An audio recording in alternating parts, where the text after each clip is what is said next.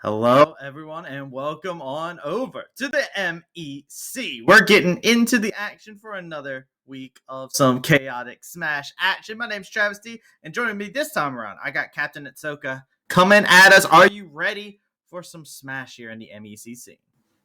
Oh, absolutely. I cannot wait to get this one underway. We just got done doing Valorant yesterday, which was great. And, we're just going to keep the ball rolling. We had to see, of course, our MEC representation in Valorant, but now it's time to get to a little bit more physicality here. We're going to be jumping into some Smash. And honestly, I can't wait to see it just because we're going to be doing some crew battles today. And we got quite a few of them to get to.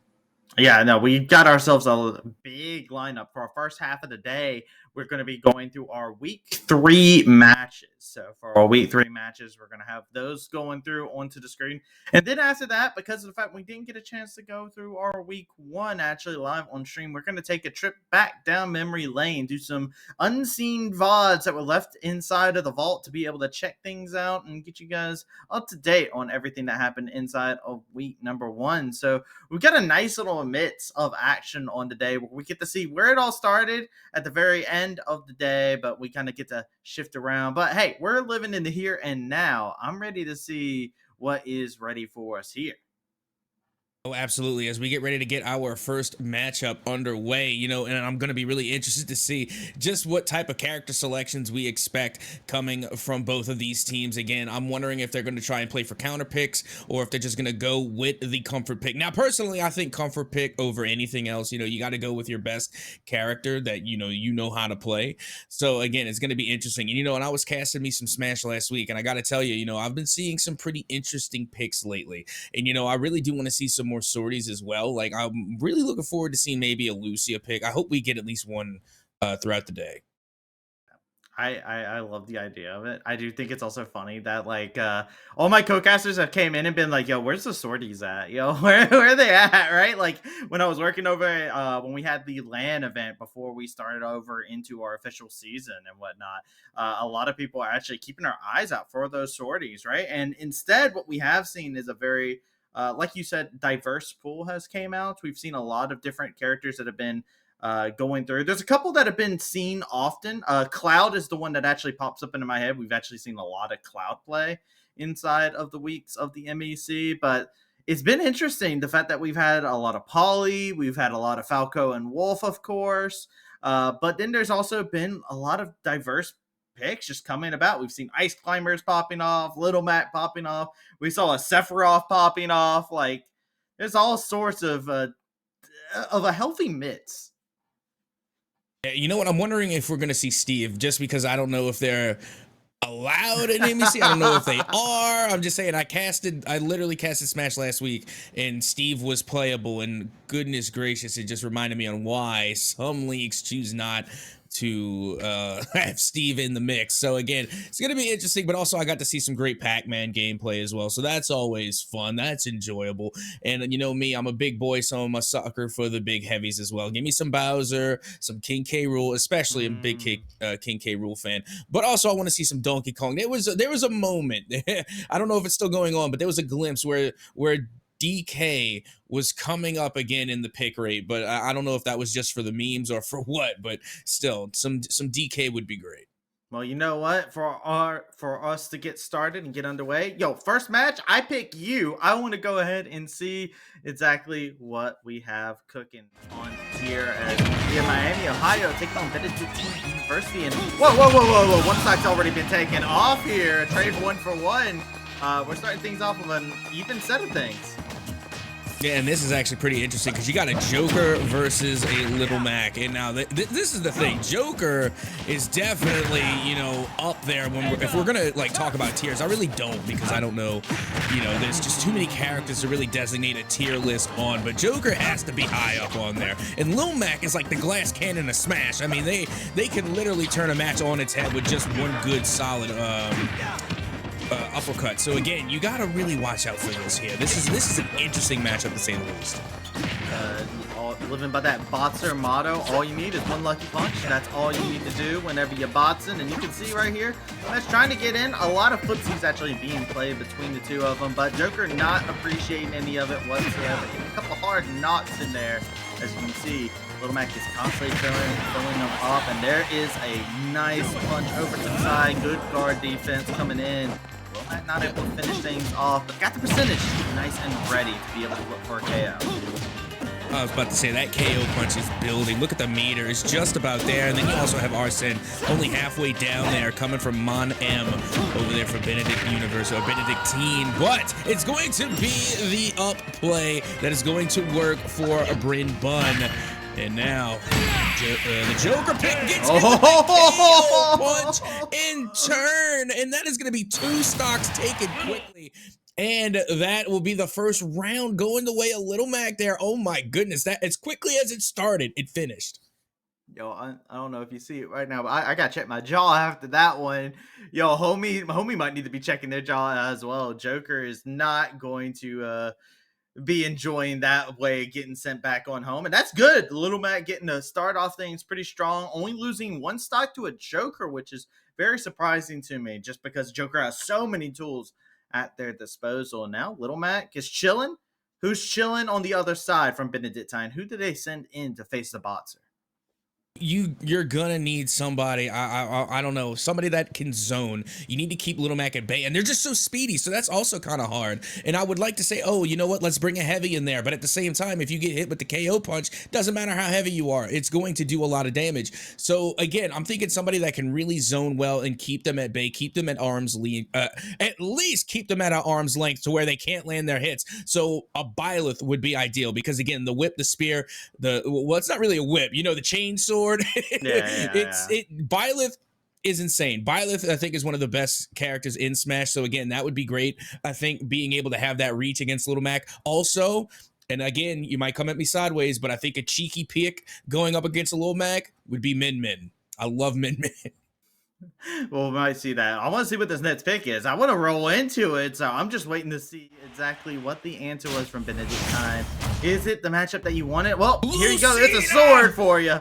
3, 2, 1. Let's go. And this is interesting because they're both really speedy. I mean, Lil Mac, of course, one of the speediest characters in the game, and then Lucina is like the speediest swordster. Like, honestly, the sword user, I don't know who's a faster sword user than Lucina. See them zipping around. There's no platforms on this map of choice either here, so they're going to be zipping around on that neutral space quite a bit. But look at how Little Mac utilizing those up airs, just constantly build up percentage. That's what we saw in the last game here as well, constantly utilizing those. Big early hit though. Lucina taking a couple shots that they are not favored. And you know what, I gotta give credit, you know, to Miami, Ohio with their Little Mac, because again, they're just landing the same combo over and over again, but it does so much damage. It's that up tilt into up B, and then finally the forward smash is enough to take the first stock off of Mod or off of Benedictine University. And it is, yet again, that Botzer motto, you know. Apparently, Miami, Ohio, they've been studying the way of the Botzer when they were like, yo, I want to be a Little Mac person. It's all about repetition. Doing the same thing 100 times is ideal. You want to build up that schedule. But, yo, somebody else who's got that practice is this Lucina. They studied the blade. They were ready to get that stock. And now, Little Mac dropped to 1, but Lucina is not out of the park just yet. And just how quick 2 stocks can go in the face of this Little Mac. Absolutely, and you know what, it's really interesting because in that last stock they did have the KO meter completely filled and they didn't get a chance to use it, so I know they're going to be wanting that revenge stock in kind. As you can see, we're getting right back onto stage, but it's going to be the 1-2 jab coming from a Lil Mac to get that stock, and now it's a 1v1, but look at KO meter, it is back in play. Yeah, back in pay, and look, they're looking to make them pay. As they are going to go ahead and send them off. No recovery to come about. Lucina gets dropped 1 stock for the Little Mac. And, yo, this Little Mac's clean. This Little Mac is actually really clean. What more could you ask for from your Little Mac player to take out 2 whole players? Nothing, honestly, and people really don't put respect on Lil Mac, and I get it, I understand it. It's because honestly, if you get Lil Mac off stage, also for that matter, gotta give Lucina. I feel bad because they went to Final Destination, which clearly favors Lil Mac more than it does Lucina. Lucina likes to jump around. Again, they're speedy, you know, they can get a better advantage off of the platforms. And on Final Destination, there's really nothing you could do. You're on a flat surface and you're at the hands of a Lil Mac. Not much that they're doing there. But again, that Lil Mac is just absolutely insane. They took control of that entire stage on Final Destination. And anybody watching, I hope you never have to face Lil Mac on Final Destination. Good luck to you. Well, let's see who the next person for Benedictine is who's going to be catching hands, it seems like, at this rate, with the way this Little Mac is playing on out. And hey, yo, you wanted a heavy now. It's time for the Bowser to come about.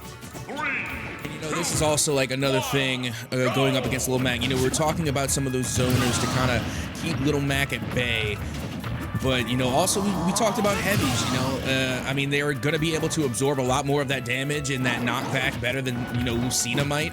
But with that being said, you know, it's still going to deal a lot of damage. And not to mention how speedy Lil Mac is. They can just dodge, duck, dip, dive, and dodge all of the attacks from these heavies. So let's see how this one plays out. As already you see the up tilt nearly going into that up B, but they were saved by the platform.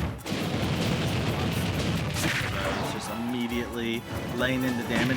Turned in kind from Bowser here, but from what we've seen this Bowser coming out from Benedictine, they do have a Bowser player that has played on their roster many times. He loves to be over here into this neutral game, spin around on that shield, get some nice throws off. Hasn't really been able to find any momentum. There's been mostly stray shots that have been able to come about, but Mac has done a good job just controlling this Bowser, keeping him constantly on the defense.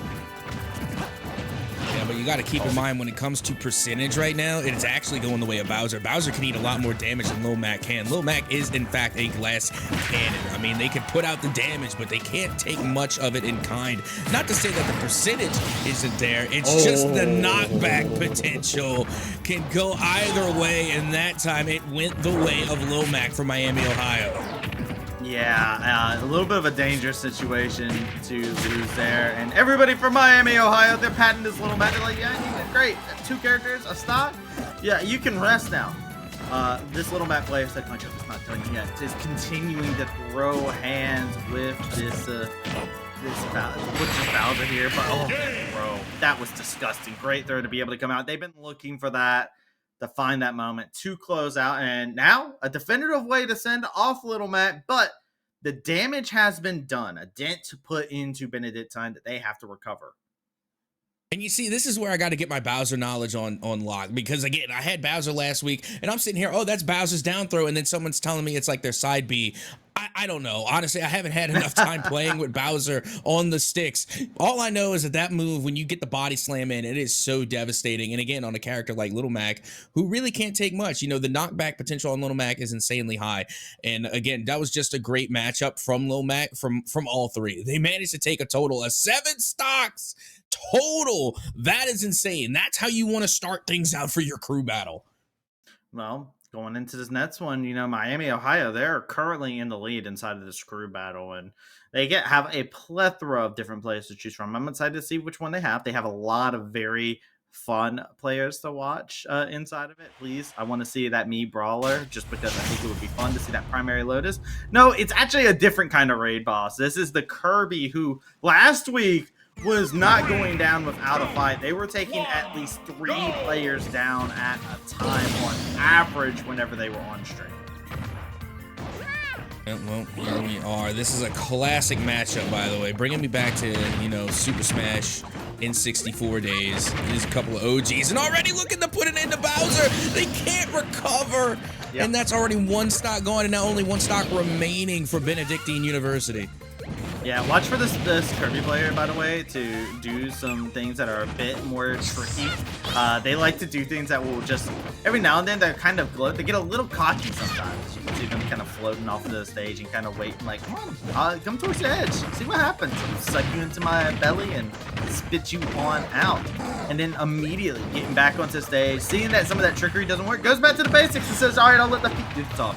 Yeah, those little, I don't even know if those are shoes, but you know, yeah, those little foot pads or whatever they are, definitely doing the damage. And now there goes the inhale, goes off stage, but Bowser able to recover.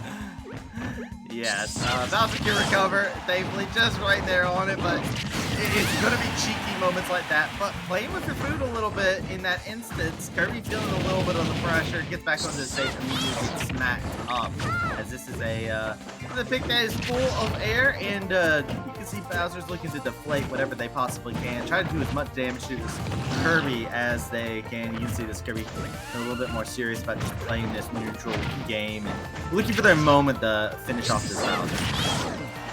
You know what? They got most of the legwork done already, and they have a stock advantage here. So this should be done and dusted on the Kirby, but still, it's going to take a lot to get Bowser out into the blast zone as they go right back to center stage, looking to try and find an opening here. They go for the grab, but it doesn't connect for Bowser.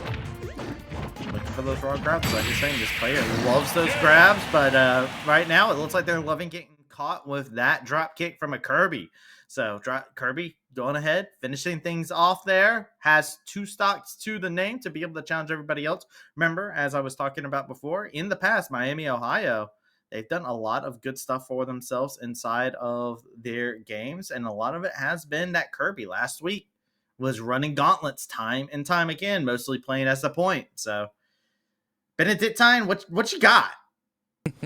I don't know. All that remains is to be seen and honestly see what they bring to the table. But and one thing I want to ask real quick is the drop kick universally a back air? Because again, Luigi's drop kick is a back air. So I'm wondering, is it the same for Kirby? You know, again, there's just so much details here, and you know, because whenever I see that drop kick, I automatically want to say, oh, here comes the back air. But you know, again, it's in most cases. In most cases, yeah. It makes sense. It makes sense. You know, when you do a drop kick, you do throw your upper body back.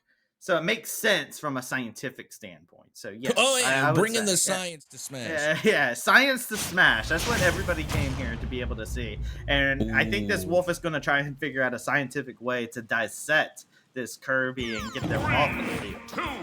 I'll be honest, when it comes to the Star Fox characters, Wolf has been one of my favorites. And you know, again, I feel like this is a niche pick. Again, you know, it's those players that really know how to use Wolf that, you know, really separate themselves from the rest. And again, it doesn't have the highest pick rate, but out of the Star Fox characters, I've been seeing more and more Wolves really coming into the competition. Yeah, Wolf is one of those characters that if you play him, you obviously just really enjoy the character, like just even outside of Smash, more than likely. We see a lot of those players that play him are very dedicated to such. But the same can be said for Kirby, I feel like, as they're more popular, of course, but right now we're seeing 0% taken. That was a just class act from this Kirby, and this is the terrifying thing about this pick.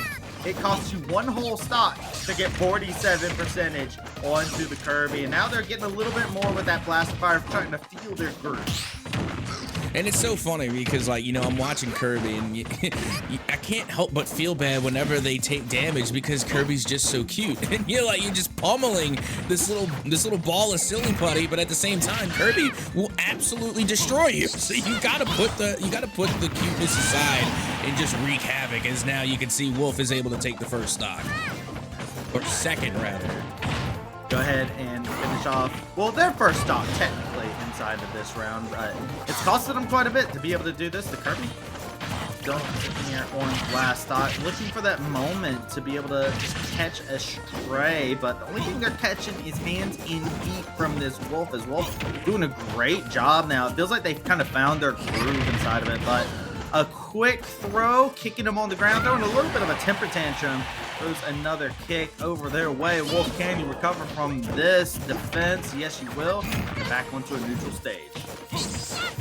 Yep, that they are, but look at Kirby again being oh so dangerous. All they need is one good solid hit, and that's going to be enough to send Wolf into the blast zone, but not before Wolf can send Kirby there first, and that is going to be the end of our Kirby. And now it's going to be up to Miami, Ohio to come out with a new pick. Hey, that was pretty good. I'm honestly, I was terrified. I saw the Kirby and I was just like, I got flashbacks to last week. The Kirby was red hot in week number 2, the MEC fall, and now they're gone, and we're seeing a little bit more from this roster. Miami, Ohio last week, only the Little Mac and the Kirby had to play. What are you sending out into the field this time? Somebody's getting a little bit of playtime in week number 3, and I'm excited to see who we're going to find. Yeah, I can't wait. And you know what? You know what's funny? I mean, I know it's probably not going to happen. It's not. You got the Ice Climbers coming out from Miami, Ohio. But you know what I've been seeing lately that's been getting a higher pick rate? Piranha Plant. And you know what? It's been great. Like the Piranha Plant gameplay has been top tier for sure. It's been fun to watch. I'm sorry, I'm having a breakdown because last time we saw Ice Climbers was at the LAN event that had happened, and the Ice Climbers was disgusting. This is melee Ice Climbers. This is desync combos popping off in front of your very face here, and we gotta pay respect to this. Is the character. This is the player who came out and just wiped through entire stocks. They took out inside the people who were second and third inside of the open bracket tournament that was going on at that LAN event, completely decimated them. And this is the scary thing. With this Ice Climbers out last time they came out, they can wipe out an entire team. They've showcased that multiple times. Here we are back center stage, and you can see the platforms had already changed. And Wolf just trying to keep in line with all of the chaos that Ice Climbers are bringing to the match here, and they're just popping off and really keeping Wolf center stage, and that's where they're accumulating a lot of that damage. Go for it. Keep on laying in the hurt here. They are at 96%, so Wolf's done a great job of getting that damage. Like I said before, after they lost that last stock against Kirby, it feels like they kind of warmed up a little bit. They're getting their combos, they're getting their hits in. I love how they're playing this aerial, but you gotta watch out. If you get caught inside of that trap, this player has like 3 combos that come in that are deadly. But a simple hammer finishes things off. Hit them with the mallet, and they are going to go splat. This leaves Benedictine down to their last player to run against his Ice Climbers. Yeah, and the Ice Climbers are just so chaotic considering that there are 2 of them. So again, you know, you kind of get lost in the frames a little bit there because there's just so much going on in between both of the Ice Climbers that you got to really try and time your strikes and hopefully not go cross-eyed in the process. Again, there's a lot going on and a lot to draw your attention away, but let's see what Benedictine are going to have to try and come up with in order to answer back against the Ice Climbers. Now, I don't know. I'm not too familiar with the Ice Climbers, but with that being said, I feel like Sephiroth could be a great pick. Yeah, the Latin choir coming out. You know what? If you need to have somebody run it back against Ice Climbers, to run it back against the 9 stocks that Miami, Ohio has gone, might as well get one of the most iconic JRPG villains of all time in there. So we got Sephiroth dashing in, laying in some good hits. This player ran through quite a bit of opposition inside of week 2 of play in the MEC, but they have a whole different kind of boss in front of them now, and this Ice Climber can be very scary. It's a 3 stock. You gotta keep your eyes constantly on the prize, and a lot of pressure being put onto the anchor of Benedictine University. Well, absolutely, and at the same time, you know, you got Miami, Ohio that have a total of like a 6 stock lead. And so they can actually afford to lose a match or 2 here. I mean, they're not in any dire straits at the moment. So again, not a lot of pressure onto this Ice Climber pick. As you can see, they are going to go back center stage, and you know the damage percentage is just about even. Just about even, but Ice Climber is actually at a pretty distinct disadvantage at this moment in time, despite the percentages, right? They are a lighter character. They lost their partner in that instance, so you don't have the DC combos. Whenever you're left as just one, your kid actually feels very incomplete. It's kind of the risk that comes with Ice Climbers. Once you lose half, yeah, you can still continue to fight, but your options become massively limited inside of the matchup. Good recovery coming in from Sephiroth. He's looking to dash in, try to find a quick moment to build up some more of that percentage. Sephiroth is doing some clean work for themselves, really taking advantage of that reach that they have, but those mallets close the distance. And again, that was a beautiful up tilt into the up air, and again, just being able to push them all the way out into the blast zone. Again, it wasn't even so much that the damage was insurmountable. It was just a nice control of the up air to push them too far out into the blast zone. So again, great amount of control coming from the Ice Climbers as now they do manage to put things back to 2 stocks apiece. Let's see, trying to go for a little bit more.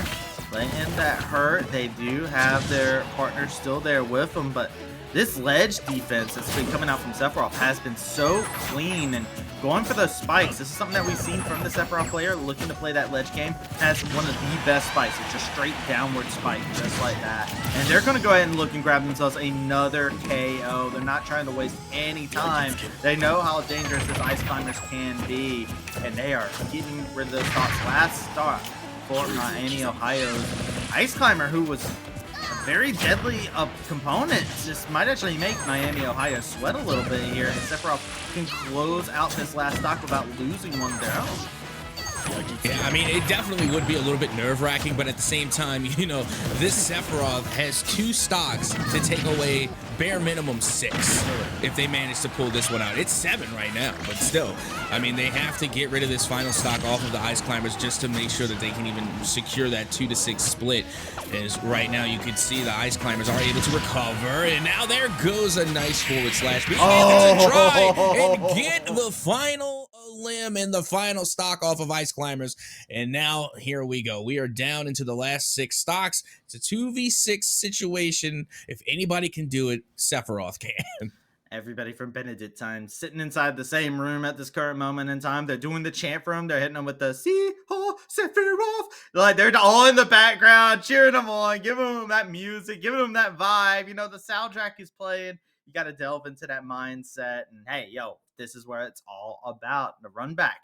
Can you do it? Let's see. As there's still a couple things. There's a Me Brawler player still from Miami, Ohio that's still there. And I believe a Falco as well. So let's go ahead and get into it. See what Miami, Ohio is choosing to bring out. Is it going to be? It is Cloud. You're matching it up. Okay. Yes, this is how you want it to end here. And you know what? I'm 100% sure this is deliberate. Also, not to mention, the Cloud skin that they're going with is like, what is that, like SNES Cloud? You know, it's like kind of cartoonish. You know, it's not like the Final Fantasy 13 remake or, you know, this, that, and the third. We're getting the OG Cloud here. And they're getting ready to go toe-to-toe. A battle as almost old as Nintendo itself here. Yeah. In a battle, one of the most iconic ones inside the franchise here. From the rivalry that was sparked on a completely different console than Nintendo, right? But it's one of those big iconic things. These two characters that I feel like a lot of people would not have ever thought to be seen in Smash when they were playing the original days, back in Melee and whatnot. And here they are dashing out about each other. But Cloud's having a hard time getting back on up. Gets the recovery thanks to that limit break, but look at how Sephiroth is constantly guarding the edge, just making it so difficult for this Cloud to be able to find that window of opportunity to get in there and try and Omni Slash away the hopes of Benedictine Universe. Yeah, well, the one thing going in the favor of Cloud is that they do have that 1 stock advantage, but for how long? As that clash there is just going to provide enough space for the recovery, but oh my goodness, the edge guard so good from Sephiroth. Yeah, this Cloud's playing very aggressive. They are getting into the face, but they're not able to actually find the mark of the Sephiroth. Sephiroth's the one who's really dictating the pace of this matchup, and not in the favor of Cloud. Cloud is not somebody you want to have to be forced into a defensive play spot. They need to start getting their groove in, start finding some of these slashes that are going wide, and make them actually connect. You see, they're going up for these up airs. They're trying to juggle up this Sephiroth, who tends to be one of these very fast characters that's very agile, has some great reach, but they are struggling to be able to find the percentage of climb. A limit, just throw out the raw cross slash. That is going to be all she wrote for Cloud here. Going to embrace despair. And now it's down to 1 stock for this Cloud. They want to take at least 1 stock away from the Sephiroth to make their journey just that much easier. But Miami, Ohio, they are in a rough predicament at the moment. Yeah, that they are. I mean, they have to at least take 1 stock hit. Oh! Thank you. That was the only saving grace, is you have to get 1 stock, so that way, if this Cloud goes down, then at least it's going to be a 3v1 stock advantage going into the last fight. But oh my goodness, Benedictine University coming in with their Sephiroth pick to close things out has been phenomenal. Like the fact that they were able to shrink the distance, it was, what was it, like a 9-3 split at one point? Now all of a sudden we're down to 4-1. dashing in, trying to get everything going in. Benedictine, this is what they need. They need to finish things off. And Cloud could still actually find one stock taken off. Remember, with that limit break, the fact that they can honestly take out Sephiroth. Sephiroth is a light character. So if you actually get a limit break cross slash at a decent percentage, you can actually still KO. And you want to have the limit break here inside of this. Has that moment, but it's a KO that possibly come out as it's knocked off of the stage. Sephiroth can't finish off Cloud, looking for the throw, but just can't get their sword, cannot get their arm around the neck of Cloud.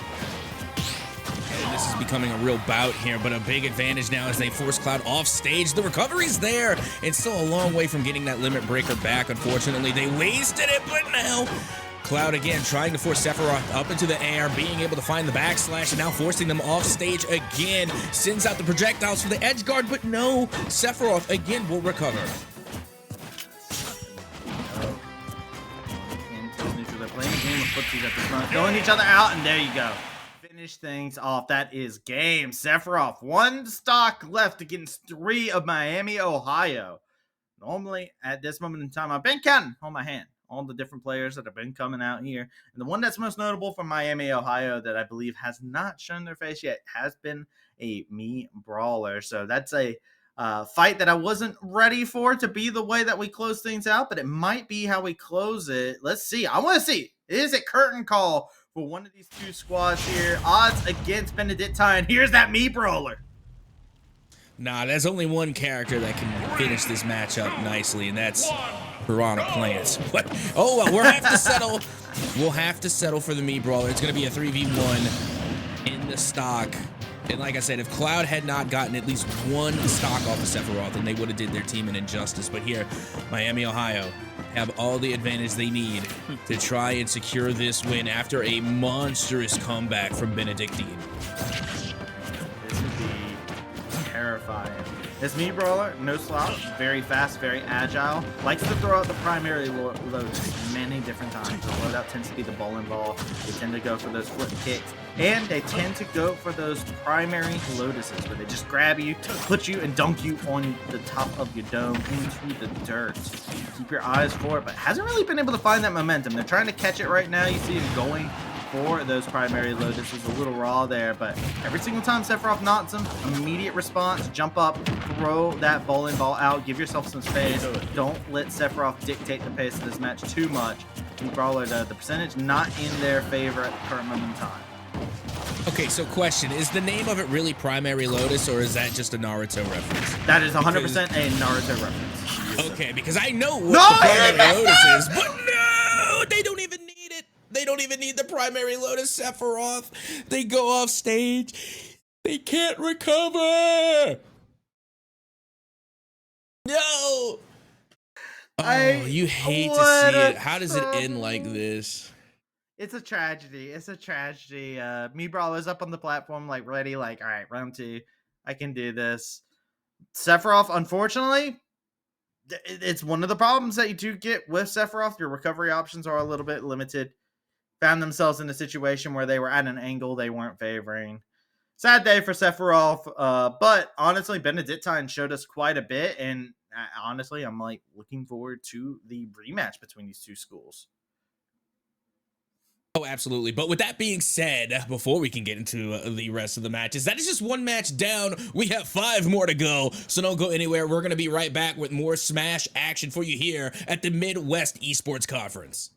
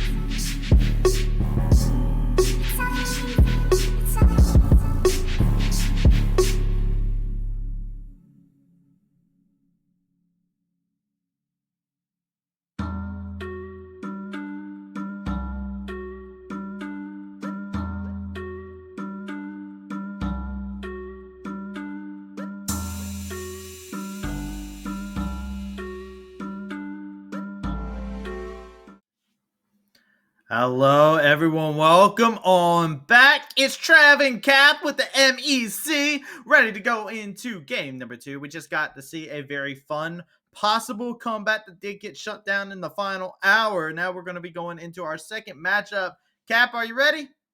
Oh, absolutely. I mean, we really got to see a fantastic game number 1, which seemed a little one-sided there at the beginning, but oh my goodness, Benedictine, they brought it back so quickly with that Sephiroth pick. And honestly, I expect no less from Sephiroth. You know, you expect the best of the best, and that's what they brought for their last pick. But now we're getting ready to head into our next matchup, and I'm wondering, are we going to see a match just as close? So, without further ado, let's go ahead and get right on into it. Let's see right here. And Zero Suit Samus versus Lucas is how we start things off between these two universities. And how are you feeling with this matchup? This is a very interesting one in my opinion. Oh yeah, I really do like it. I like Zero Suit Samus, even though I feel like they were more aligned with the meta, you know, back in the Brawl days. All right, we're gonna jump into Zero this Suit first Samus match still holds a very special place in my right heart, and also I just love Samus in general. So again, big fan there. But at the same time, you do have Lucas, and Lucas is great too, by the way, just because, again, you know, they come from that Ness universe, and Ness is just such a strong character, and Lucas really is just a different variable of that. So again, if you can master the differences of Lucas, they can be extraordinarily dangerous. Yeah, I mean, thing about Lucas is getting those PKs out, right? Constantly throwing out that PK fire, trying to play edge guard with that PK lightning here, hitting them with that PK thunder, you know, hit them with it. Constantly trying to do it. It is a character that does require quite a bit of handiness and being able to best utilize those PK abilities, use that telekinesis, make sure you're putting in that big brain work. And so far, big brain indeed, keeping Zero Suit Samus zoned off of the ledge to get themselves an early stock inside of this matchup. Very early, and again, that's what's so dangerous about Lucas, is because this is going to be a pretty hard fight, because not only are they good center platform, you know, clearly they can go toe to toe with Samus. You know, they can definitely throw out a couple of haymakers here and there, but their zoning abilities, you know, their projectiles, and especially their edge guard is so dangerous. So anytime they get Zero Suit Samus off stage, I get a little nervous just because of how good Lucas is at being able to confirm stocks. It is a tricky situation to be inside of, though, too, where you're playing this game where it's a lot of mid-range. You know, both of these characters kind of confirming. They're all about landing a hit and trying to confirm it into your next blow here. You see that plasma whip actually constantly being thrown out by Samus here, trying to zone things out. And once they do, they dash in immediately, looking for something to confirm off the back of it. Same thing for Lucas. PK fire immediately into an onslaught of damage to be able to come about. Go ahead and throw out that snake. See if they can lay out a little bit more damage, confirm it into something else. Both these characters, both these players, they both have a very similar play style in regards to confirming off of one mid-range move and trying to make the difference here. But it's Zero Suit Samus coming off the ledge defense with a nice bit of offense. And not to mention, that was a great revenge stock too, even though it didn't happen like instantly, but still they only gave up 29% to take that stock and get us back up in an even. And now the damage percentage is just about even too, as once again, Zero Suit Samus is applying that edge guard there to Lucas, and they're really controlling the pace of this fight so far here on stock 2. Keep on going for both of these players. They definitely feel a little bit momentum based at this current moment in time, with first stock and second stock of this matchup going pretty handily in both sides' favor when they were able to secure one for each. But now they're back to filling each other out. They're both trying to figure out that moment. Nice hit, and you can see it right there. You take one move from either one of these players, and it's immediately confirmed into something else. Even if they don't expect it, they're throwing out some of these heavier hitting moves, constantly just looking to see if they're going to catch. And Zero Suit Samus, feels like they almost have downloaded something here, as they have been finding quite a bit of momentum for themselves yet again in the dirt, putting them 6 feet under. Absolutely. Zero Suit Samus right now absolutely popping off for Cleveland State. And you got to keep in mind that they managed to really just hold Lucas at bay, only giving up I guess 80% total, but that 80% is spread across 2 stocks. Now, I think Lucas has had enough. They're finally putting Zero Suit Samus into the red, into the 100s, but still, that's not going to deter Zero Suit Samus from trying to answer back here and maybe even ending this on a 2 stock. And the big problem that Lucas is getting at is look at how much it's cost them to be able to get this percentage up. They get a nice grab here, going to go and throw Zero Suit off, but Zero Suit should be able to come back onto the ledge with that, is able to aptly dodge, but the PK Fire finishes things off, sending them on off to the side. Now it's a stock to a stock, anybody's game, but it is much so in favor of this ZSS as Lucas is getting up close, trying to get that CQC going in.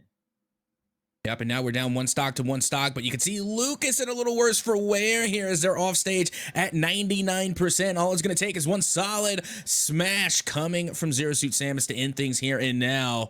And once again, we're going back towards the center stage. The projectiles go out. Lucas trying to stick to the platforms here as they do land at least one PK Fire. And that's going to do a little bit of damage, but really not much here. The gap here still pretty significant as now Lucas is into the 100th percentile. It's a very dangerous game to play here with this Zero Suit. Anytime you possibly get knocked off the edge and you're recovering, this ZSS is going to be looking for a possible spike, but they are playing it very slow and precautious here. Goes off the ledge, possible spiking opportunity does not get found. And this ZSS, they're filling out. There's the plasma whip. Was it enough? Splat! There is your Lucas, and there is a good fight actually to start things off between these two universities. I mean, it's only a difference of 1 stock. So when you look at the grand scheme of things, it was still a pretty even bout. Granted that Lucas is the one that inevitably went down. They still did a good job taking 2 stocks off of that Zero Suit Samus, making it a little easier for their next teammate who's going to step up to take the fight. As we are now going to be loading into the next fight. Here we go. Who are they going to bring to answer against this Zero Suit Samus? And we got Palutena. And, you know, sometimes for fun, I like to say Paulatina, just because I like playing with the T in Palutena. I'm weird, okay? Oh, yeah, we're seeing the poly come out. I'm all about it, and should be very interesting to see as it's going to be ZSS. I think trying to take advantage of that mobility and try to get in on Poly here. You can see already the aggression being brought in. Go for those plasma whips. Do not let Poly just go in there and start getting those pop shots off, building that percentage before looking for the KO. ZSS keeping the pressure onto Poly. Nice grab there as well. Going to continue applying some pressure here as you know that you're in a good situation here as Poly. If you're able to get the stock, it's back to an even game. If ZSS is able to get one more stock off of you, the ZSS has done their job perfectly. They have not only won their match, but they've also chipped down the opposition.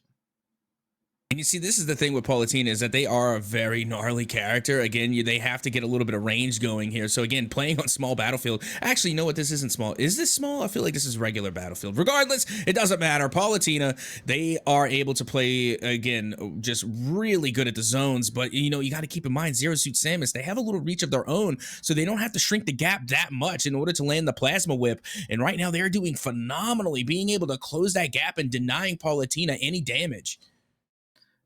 And Poly is not having a good job being able to play their gameplay. They're trying to go in for a grab because they're starting to recognize that ZSS is just rushing in on them as well. So they're just like, all right, you know what? I need to just run in there and throw a grab randomly. And what I want to see is more of those fireballs. I want to see more of those coming out from this Poly. Go ahead and lay them in. It's a good coverage option, especially if ZSS is going to play around that Plasma Whip. You actually outmatch. You're able to do a good amount of damage. You're able to throw that out in preparation. Anytime you see that ZSS start jumping around, go ahead and throw it out. You're completely safe in that mid zone to make sure that happens. And look, there's the fireball. There's the KO. They're able to finish things off. Didn't lose a single stop. And that's how you have to do it. You have to control them over towards the edge. And that's when you can start laying down a lot of those fireballs. It's a perfect edge guard. And again, you really just have to keep your distance with Palutena. But with that being said, I'm interested to see on how they're going to answer against this Palutena pick. Again, you need somebody that can get in there, someone that can close the distance. I'm thinking maybe a little bit of speed. I'm wondering if a little speed can do the trick here as we get ready to get this next match underway, as we get this one loaded in. And now we're going to be able to see who will be the answer? And it's going to be Solid Snake.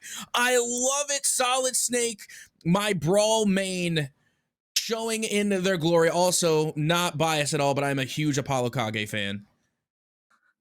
Well, here we go. See the snake coming in.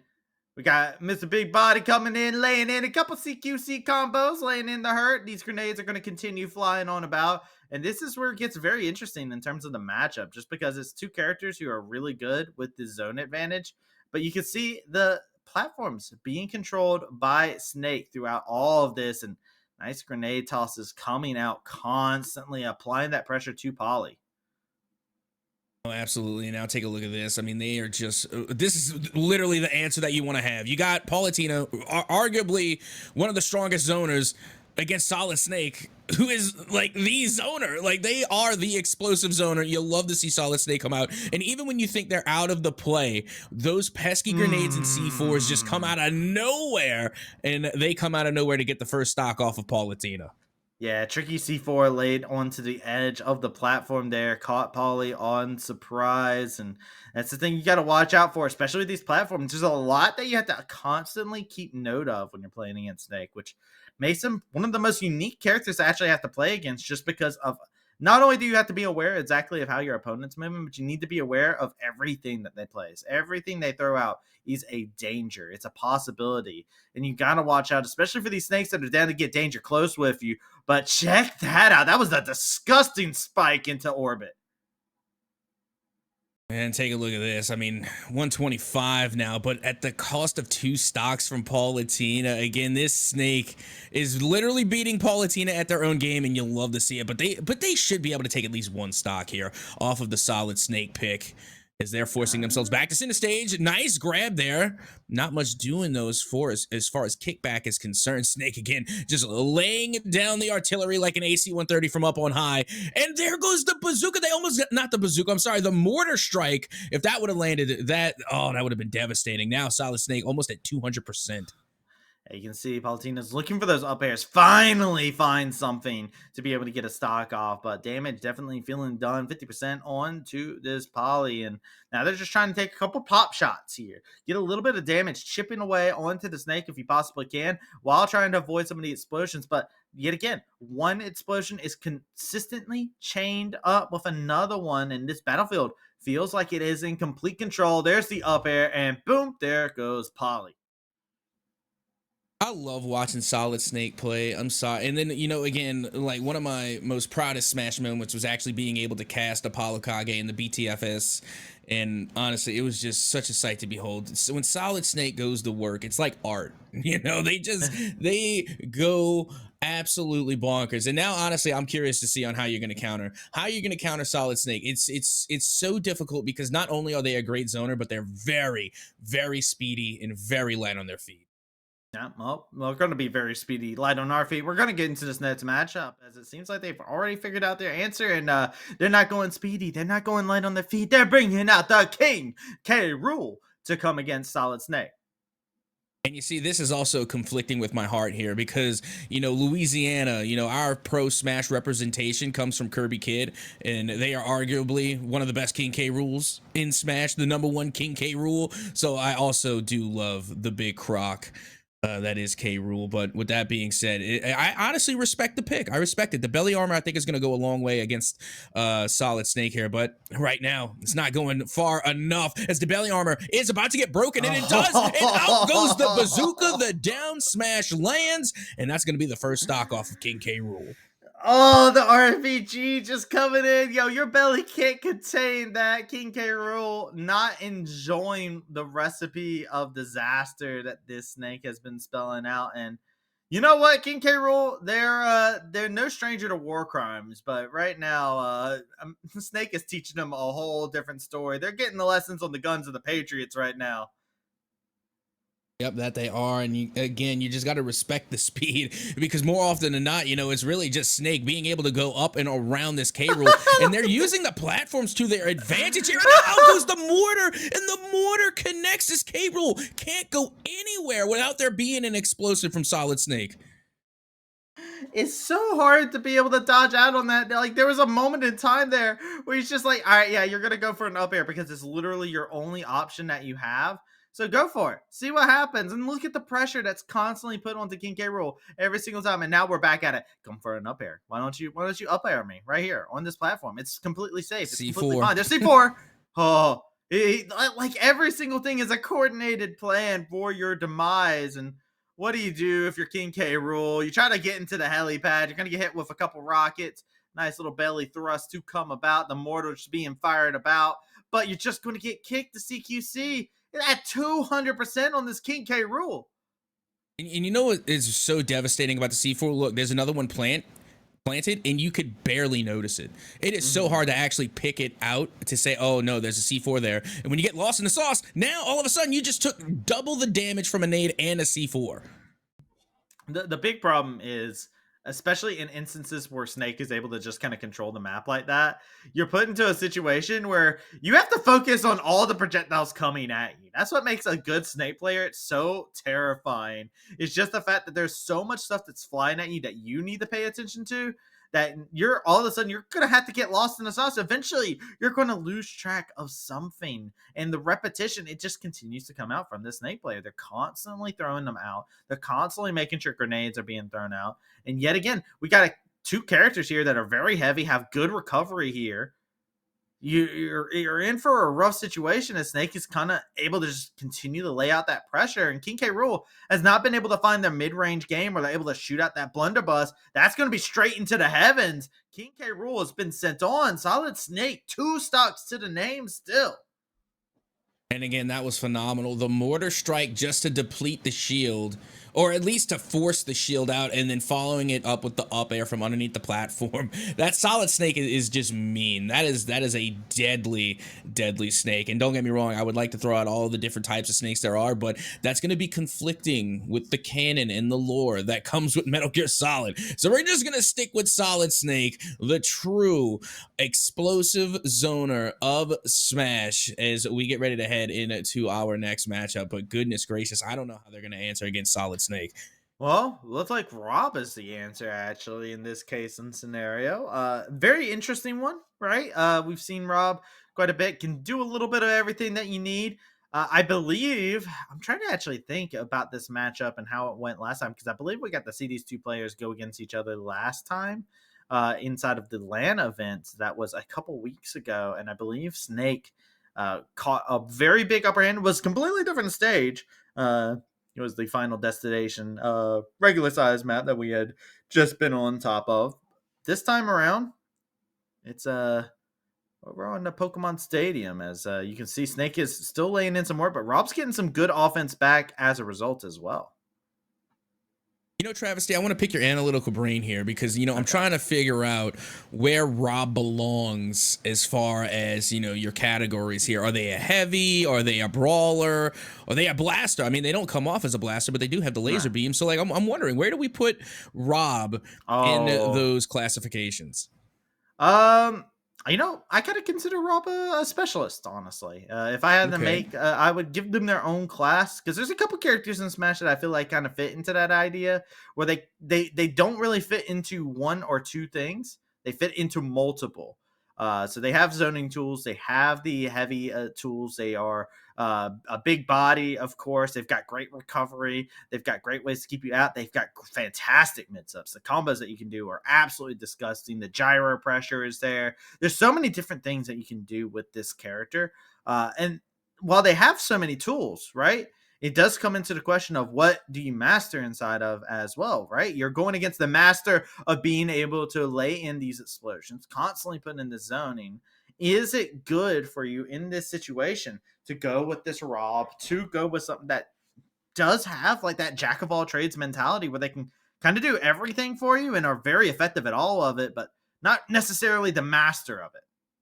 Right. I agree. Like Rob literally is just a little bit of everything. Also, they have a really good recovery, but it's not going to be enough against the Yeah. homing missiles coming from Solid Snake as now they plot with the C4 as well. And Solid Snake now at 200%, nearly 200%, and still taking stocks away until finally Oh. the up smash does land. And that is going to be a 1v1 stock now. Solid Snake on the verge of being able to take down 2 players from the side of Campbellsville University. I mean, yeah, I mean, this would technically be 3 because remember they took out the poly as well. The Snake has been putting in absolute work inside of the matchup, really finishing things off very strong for Cleveland University. And the scary thing is, if you're Campbellsville University, your last player, your anchor, has to somehow deal with Snake without losing a stock. If Rob can't finish things off here, that's a very tricky ask at this moment in time, right? This Snake is a character heavy, has great recovery, zoning tools. One mistake, one little bit of mispositioning is all it takes to be able to cost you inside of the matchup. And you can see it there. The Rockets, the pressure, it's so unsurmountable. It's just how Snake likes to operate. And Snake, when they're able to play their game plan, I don't know how you get out of it without losing a stock on your anchor. And I'm wondering right now, how do you counter it? Like, what is the counter pick to someone like Solid Snake? Like, what do you do? Again, we have the pleasure of Apollo Kage, who gives us, a pretty good example of what to look for. Again, sometimes, not all the time, they'll have, somewhat of a struggle against a player like Jazzo, who brings in players like Ken and Kazuya. So, it's really hard to tell what is the counter pick to someone like a Solid Snake. But without further ado, let's see what the counter pick is going to be as we get ready to head into our next matchup here, and they're going to be bringing out King Dedede. Oh, okay. This is interesting. So my idea for pressure on Snake is to constantly put pressure onto him, to make it to where they're not able to just have space to work with. Because when they have space to work with, that's where snakes tend to thrive, and that just becomes a whole messy situation. King Dedede is not a character that we have seen yet inside of the MEC, and they can apply some pressure, though be it very unique on how they do go about it, where they're just wanting to throw out some of these little bits of damage, try and get something in there. But look at them, they're kind of trapped into the corner, which is my fear inside this matchup. They're trying so hard, but there's a C4 right there that I don't think they realize is just set up, and King Dedede can't get in to apply said pressure, just making things even that much more trickier. And yeah, that's going to be a big problem because the thing with Snake is that the question we were asking beforehand is how do you close the gap? I mean, this is the explosive zona. They're able to keep you at a bay. They are able to keep you at bay for the longevity of the entire match. So how do you close the gap? And you know what? I don't know if King Dedede is the answer to that. I think it's comfort for sure. If you do beat the Snake, you want to have something that you feel comfortable taking on. Because after the Snake, there's 3 whole players that are waiting behind them from Cleveland's University. So Cleveland State, they got some great stuff going for themselves. And Campbellsville, they're like, yo, we need something that we don't need a counter pick. We need something that can run the gauntlet if they do win, because no matter what, if you beat the Snake, you don't win the series. So you got to go for it. And there's that C4, the grenades yet again. It's just so hard to deal with. And King Dedede is not having a good time with the amount of pressure coming out. You don't learn about explosions in Kirby. Yeah, not just that. Again, you lose place of the C4 because it's remote detonated. So like whenever you're just not expecting, and a lot of these hits are delayed, like with the grenades and everything else. So again, you don't know how to time it correctly. You don't know when to expect these explosions to go off. So it's hard to prepare defensively. So you're constantly caught off guard and having to time your defense all off of regulatory time. So again, going back to center stage, this is an opportunity here for at least King Dedede to try and put it in to this Solid Snake. Yeah, you're down to your last thought, though, and you're in KO range at this moment in time. King looking to try and get that mallet across, but these grenades are so devastating. Dedede is just trying to play center stage at this current moment in time, because whenever they get to the edge, that's where these edge traps come in. Look at the C4 right there. Boom. Doesn't connect onto the target. CQC comes on in, that military training. Rockets fly in there, catch them right onto the edge. That is game. Solid Snake wrapping up 4 characters by themselves. This Solid Snake had a clean run. That's an understatement. That Solid Snake is insane. Again, they legit are watching and taking notes from Apollo Kage. As a matter of fact, I wouldn't be surprised if that was Apollo Kage themselves just playing Solid Snake. Again, that was just absolutely insane. Fantastic round there from that pick. And oh my goodness gracious, what a deserved win. They came in and they just cleaned house. And you know what makes me even more nervous? Who are the other players waiting to go next? We won't know until next time, I suppose. Well, yeah, they have come through. And we'll see them later on today. So who knows? We'll see a little bit of a mix up there. But we're going to go ahead and send it over to a short little break as we are going to get ready for our third matchup of the day. So make sure you do not touch that browser as we will be right back.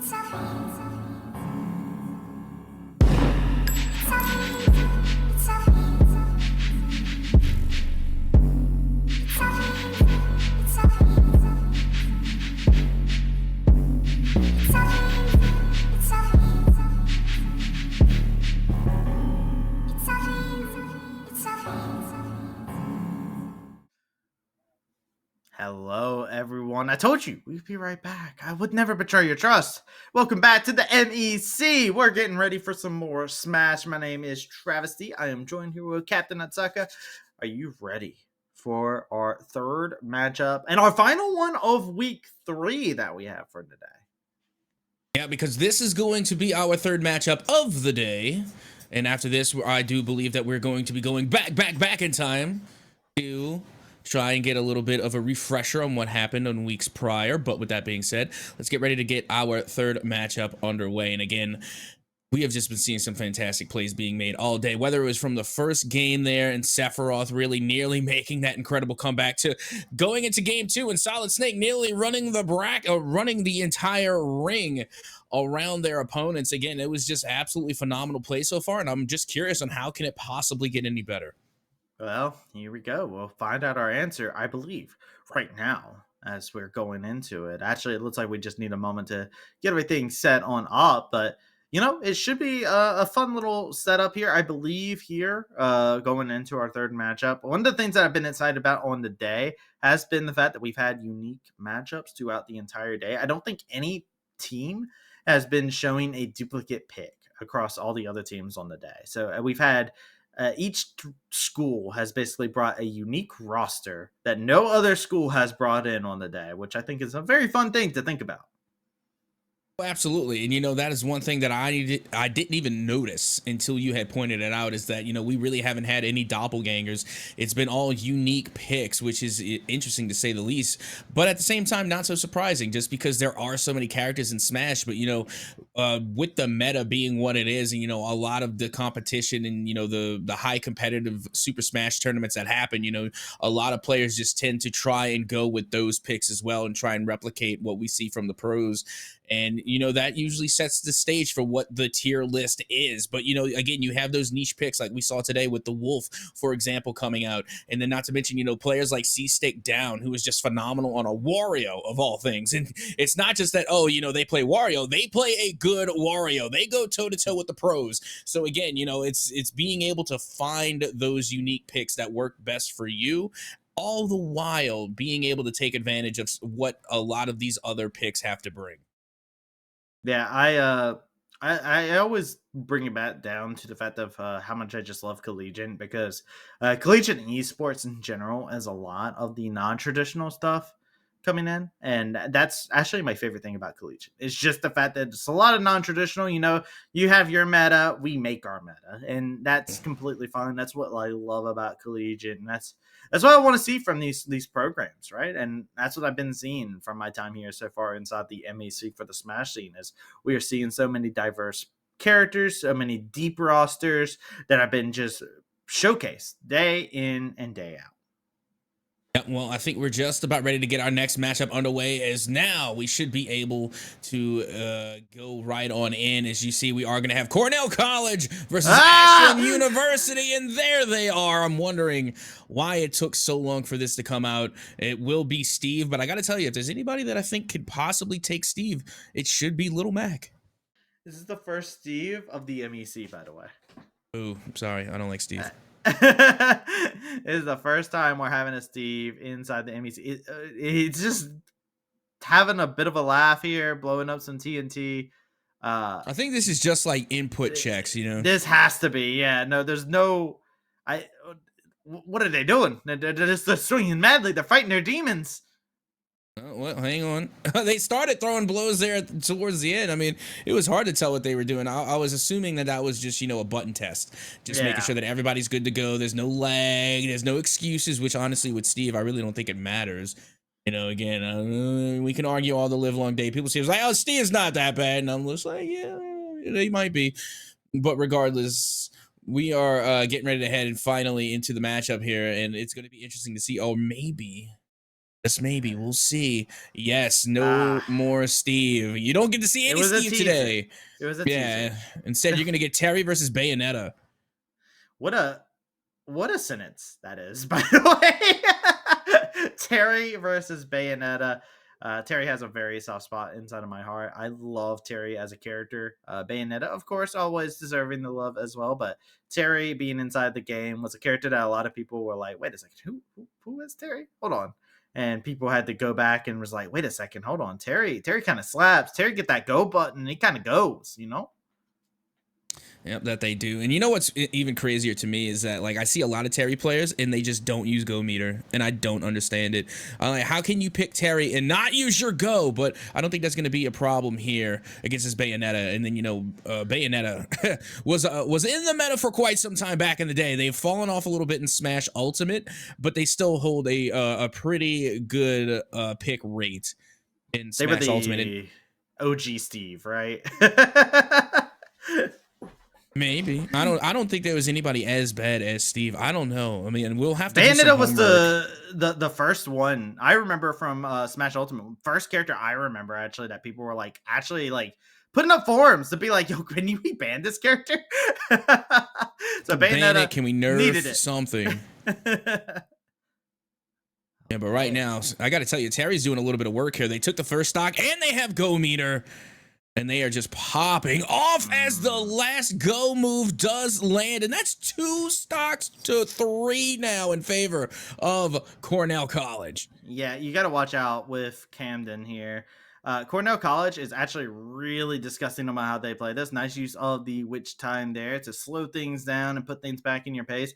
But for Cornell College, a normal setup does involve having this Terry play point for their team. And what ends up happening usually is this Terry lays out the damage for the rest of the team to be able to go that extra distance. So if you're going against Cornell College, it's something that you have to keep your eyes on to. As Bayonetta's no slouch either. We've seen Ashland time and time again with this Bayonetta pulling on some sick combos whenever they start get their momentum, start filling themselves up in the air. But Terry has done such a great job neutralizing that. Unfortunately, they jump up into the air and immediately get caught as I give them praise. But Bayonetta not done just yet, but will get caught on the rebound.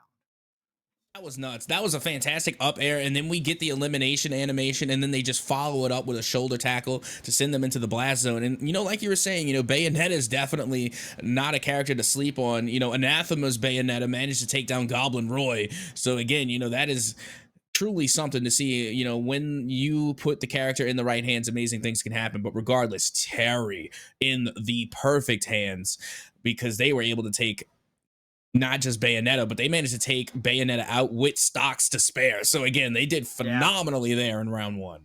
Yeah, well, let's see when the Nets game how they continue to do. Because, like I said, this tends to be their game plan. Terry up front does the damage, soften up the team, so that way the rest of the team can come up behind them and finish things off. They tend to have this strategy replicated many times inside their crew battles. Now they got a Falco. Very agile opponent. Somebody we haven't gotten to see surprisingly just yet today. It's our first time getting to see the Falco coming in. And this Falco, if they're able to get their momentum going, they start hitting you with those up airs, it can be a pretty devastating time. Also, I don't know if y'all saw that, but Terry came in with the taunt, with the Morpheus hand gesture. Come on, bring it on. I don't know if anybody caught that, but I got to tell you, this Terry pick coming from Cornell, definitely feeling themselves, and they're starting off pretty good. Already putting Falco down a stock, and we're even at 2-2. Yeah, Falco is getting themselves rocked up a little bit here. That's a scary thing to go ahead and lose the stock over to Terry. But this is what happens. This Terry play is really good about hitting you with a jab and then immediately following it up. They will use one move to try and confirm and then immediately translate that over into something else. We see this time and time again from this Terry player, constantly looking for those confirms and then big move right afterwards. But Falco, good read on the offense to basically come out there. And good bit of mind games actually coming out. Get that go button going. Get a nice punch. 100% for Falco. Both players are in KO range now. It only takes one tap to be able to finish things off. Nice little zip there to the side special. All it's going to take is one go move here, and that's going to be just about it. But at the same time, Falco, all they need is maybe even a nice up tilt, and that should just about do it. A good back throw coming from Terry as they're forcing Falco again back off stage. Forces a recovery! And no, that is not going to be enough to get the elim. So close at 150 damage apiece. And finally, Falco able to come in and get that second stock, but I have a feeling that a revenge stock is right around the corner.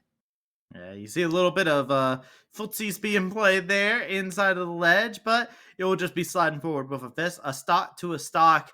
Ashland University want to finish off this Terry and try and see if they can start working on the net stock for their team at this current moment in time. They don't want this Terry to continue staying out as Terry is one of those characters that can take out at least one stock from somebody, no matter the situation, with that go button, with that go meter being such a devastating tool. So Falco wants to get rid of this threat because not only is it a case of, you need to start catching up on stocks right now, it's also a case of this is a dangerous character to leave up for your Nets teammate to have to finish off one stock on because the damage could get done, and it looks like the damage will remain done here. A nice spike over to the side. And yet again, it's Terry finishing things off. And this is why Cornell College, they tend to trust them to be the front of their team and lead the charge. I did my little golfer's clap just then because we got a Terry extraordinary at what they do.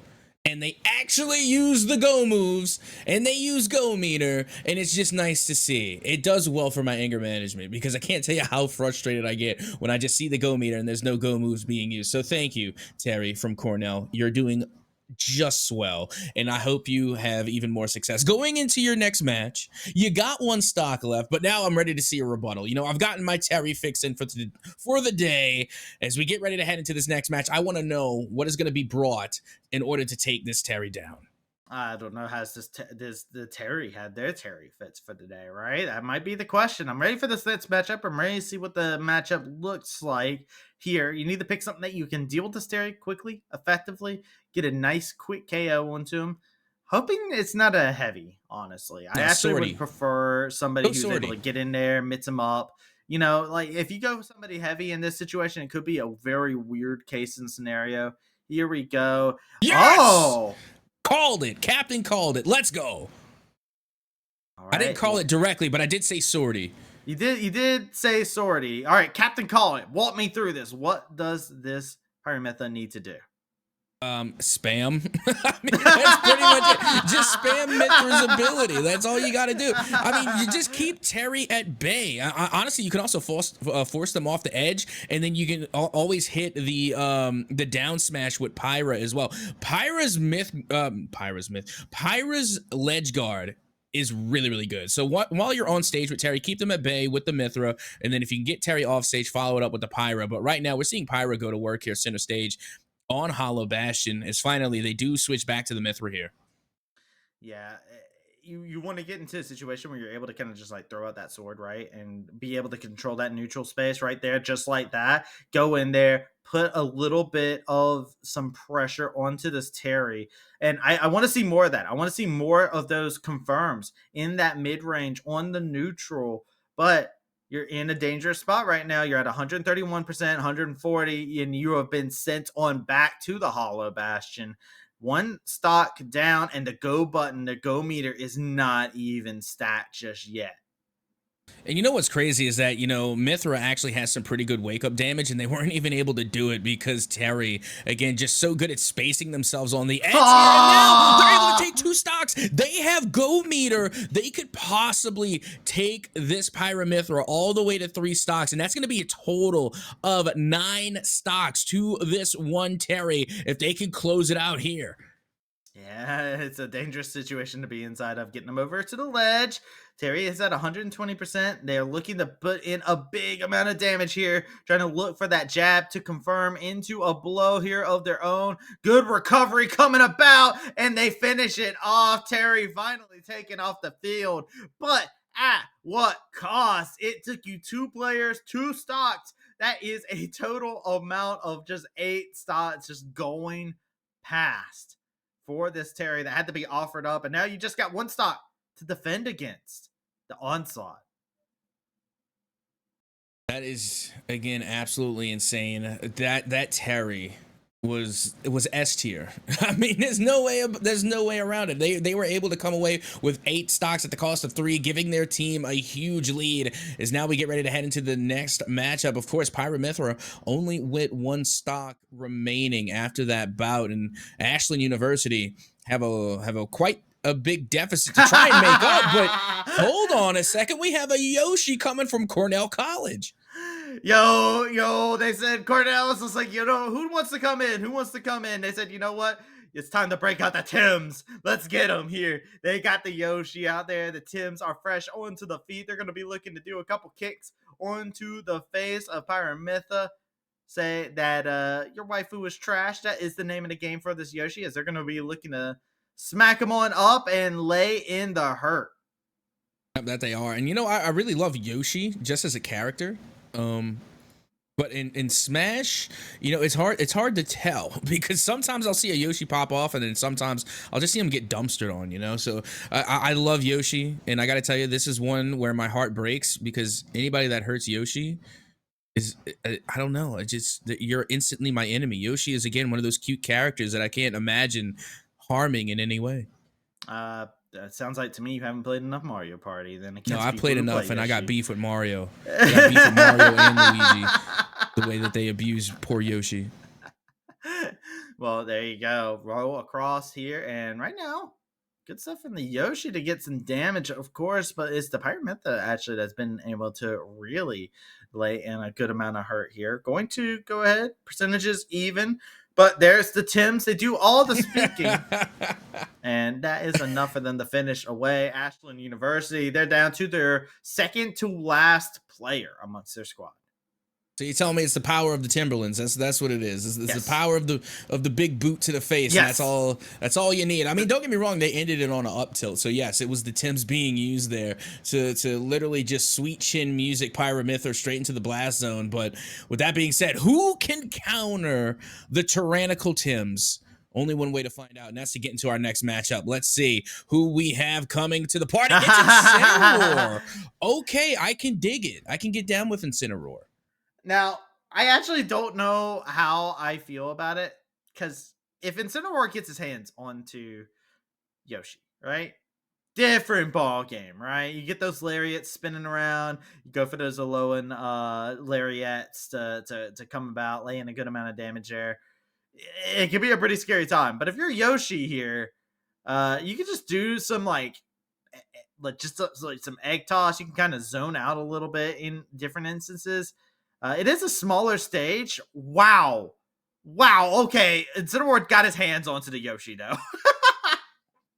I mean, if you're Yoshi, you can go for the egg poop and egg poop them off the ledge, right? Good egg poop. Yes, egg poop is always a valued option. Unfortunately, Incineroar, the problem with it is it starts off as a Litten when it comes out of an egg, so it's hard to make the egg move very effective. You know. Well, let's see if we're going to see any egg poops. We did see Incineroar get eaten, but you know, the digestive tract went the opposite way and they got barfed right back up. So nothing doing there as we go right back to center stage. Incineroar still enjoying that one stock. Now looking to get a second. Nice up air there in order to find at least 100% damage onto Yoshi. Now keeping them on the edge. Not being able to confirm just yet. Yoshi trying to use the power of the Tims to put Incineroar back off stage. Now looking to confirm, but no, the recovery is on point. This Incineroar is running through the Yoshi actually in this instance, and I do think it's just the fact that Yoshi's trying to play that CQC, right? They're trying to say, yo, my Tims, they empower me and you are weak to them. Trying to hit them with the fighting types because, you know, fighting's is strong against dark types, and that's what Incineroar is. So they're in a situation where they're trying to get in the hurt. They're trying to get in a couple bots in there, but Incineroar has been doing a great job actually closing the gap, and this is really good for Ashland University to really make shades of a possible comeback start to look much more viable. Yeah, but right now from Incineroar, I need to see some clotheslines. That's what I need to see. I haven't seen one. Haven't seen one clothesline. That's what I need from Incineroar. You know, they are the champion. You know, they got the championship fire belt on, and yet we're not seeing a lot of wrestling moves here. You know, I need more. I need more of that from Incineroar.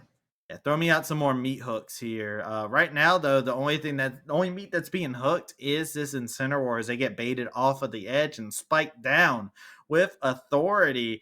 It's 1-1, and what was an impressive start for the Incineroar. They've started going for some whiffs, right? They tried to go for a lariat right there, but Yoshi wasn't on that side, so it becomes an even worse scenario. Went for the egg poop, trying to see if they could go meow. But didn't get that. Didn't get none of that. Drop kicks going wide. This is a rough scenario to be in. There you go. Get in the belly.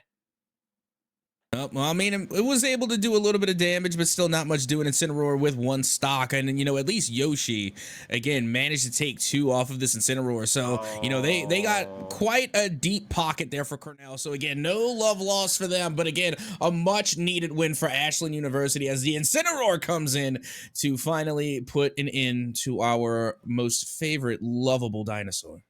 Yeah, and hey, look, you got your wish to end things off. Backbreaker to finish off the Yoshi. There you go. You break the Yoshi. The not going to be able to walk again. Sorry, Yoshi. But hey, going over to our next stock here, our next player. After the dinosaur has been vanquished, it is now time to see who else can do from this. It is Robin. Okay. Okay, let's see how this goes. I mean, Incineroar only has one stock to their name, so it shouldn't be too difficult. But at the same time, you know, you do have Robin just doing a couple of spin moves there, waiting to get this game underway. And you know, I gotta wonder, what is Robin gonna bring to the table against, you know, a player like Incineroar? Well, let's get ready to see if they can keep the distance here. Because again, you don't want Incineroar to come in with the grapple moves and the throws, because that only spells danger for you. Yeah, that's the big thing I was about to say. Ashland University, we've actually seen this Robin time and time again. I actually love playing Robin when they were introduced into the Smash roster. It was actually my main for quite a bit of time. And it is a character that's very tricky. It's all about how you position on the map, getting that zoning coming in, making sure you're utilizing the full rotation that you have for your kit, trying to throw out those L Thunders, trying to throw out a little bit more of that damage, get that wind going. But hey, you know what works? When Incineroar just takes themselves out with a raw drop kick. You know, I was questioning the validity. Yeah, there we go. I was questioning the validity. I can English of Robin for a moment there, but then, you know, Incineroar just kind of like dive tackles himself off stage, and you know what? Maybe that was the mind game all along. Maybe that was the long con for Robin there, using a little bit of the trickery to get Incineroar off stage. But with that being said, we're now ready to see our next pick coming from Ashland University, and the last pick at that. Only 3 stocks remaining for Ashland, and they're gonna bring in Palutena. It's our Two first dupes zoners. of the day. It's our first dupe of the day too, right? We haven't seen another poly, and the other poly that we got to see earlier on in the day, much more notorious after a run that they had inside of the LAN. But this poly here is a little bit fresh. This has been a little bit more of an adaptation that we've seen from Ashland University at times. And you know, I like the idea of this, especially as your anchor. It's a character that can do a little bit of some mid-subs if they get in close, right? But they have some fantastic zoning tools, as you were mentioning. And again, you know, this is just gonna feel like a wizard battle, or you know, it's just gonna be like some Hogwarts style wizard dueling at this point, because they're just gonna be throwing spells back and forth. This is just a spellcasters matchup, and you can see they're barely going in to close the gap, and more often than not, that's Palutena going in to land the melees in, and they do. And now you can see that Robin at 100% here, trying to recover as they do find their way back on stage. Yes, and as Robin does, like I said, they are going to rely a lot on their zoning potential. We've seen actually quite a bit of whiffs coming out from both sides, right? The poly's opted for a little bit more of a closer style. Robin's actually done the same, right? They have said, you know what, screw the staying off to the side game. I'm gonna just come in. I'm gonna go for these just neutral game, trying to constantly lay in the hurt, go in for these random thunders, hope to catch, because these thunders actually, if you charge up a good thunder here and you hit them with it, it could be devastating. But those reflects, as you just saw, turn things around, force the pressure to come back. It's a stock advantage now, as Poly is trapped on the ledge. That revenge stock came in oh so quickly, as now it is going to be a 2 stock to 2, and Palutena not wasting any time. They're going right back to work here on this Robin. Yeah, and you know what? That's what you need to do. You need to get up into the face of this Robin, lay in that hurt. Don't let them have the space to kind of play things out themselves. Go for these little pop shots whenever they're in this. I want to see more fireballs. I have not seen enough fireballs to come out here. Go for it. Give me more of those side specials. Give me a little bit more of that to be able to lay in the hurt here. You can see they're both going for like grabs and kind of whiffing there for a moment there. It's a good old-fashioned case of both players are still trying to get a read on each other, it feels like, as they're doing a mix of zoning and also trying to get in and mix each other up. They're trying to find out who has the biggest weakness where. Yeah, and so far right now, it looks like Robin has been exposed in terms of weaknesses here, as they are going down a stock now to the 2 coming from Pyramithra, as now we're going right back center stage, and now not a lot of spells being used. We're just going to settle this one with the good old-fashioned melee. Yeah, get into a melee, right? Had that Levin sword equipped. Is going to have to discard that. Nice reflect to come about. And now you're in for a book of spells. The Levin sword's getting a little bit more of a charge onto it. So if you do want to go for some more of those plays, you have that option. But it is a hard thing here. Poly doing a great job building up that percentage, constantly making sure the pressure is felt onto this Robin. They cannot find enough tricks in their book. Every time they open it, they just keep finding problems, and the problem is this Poly.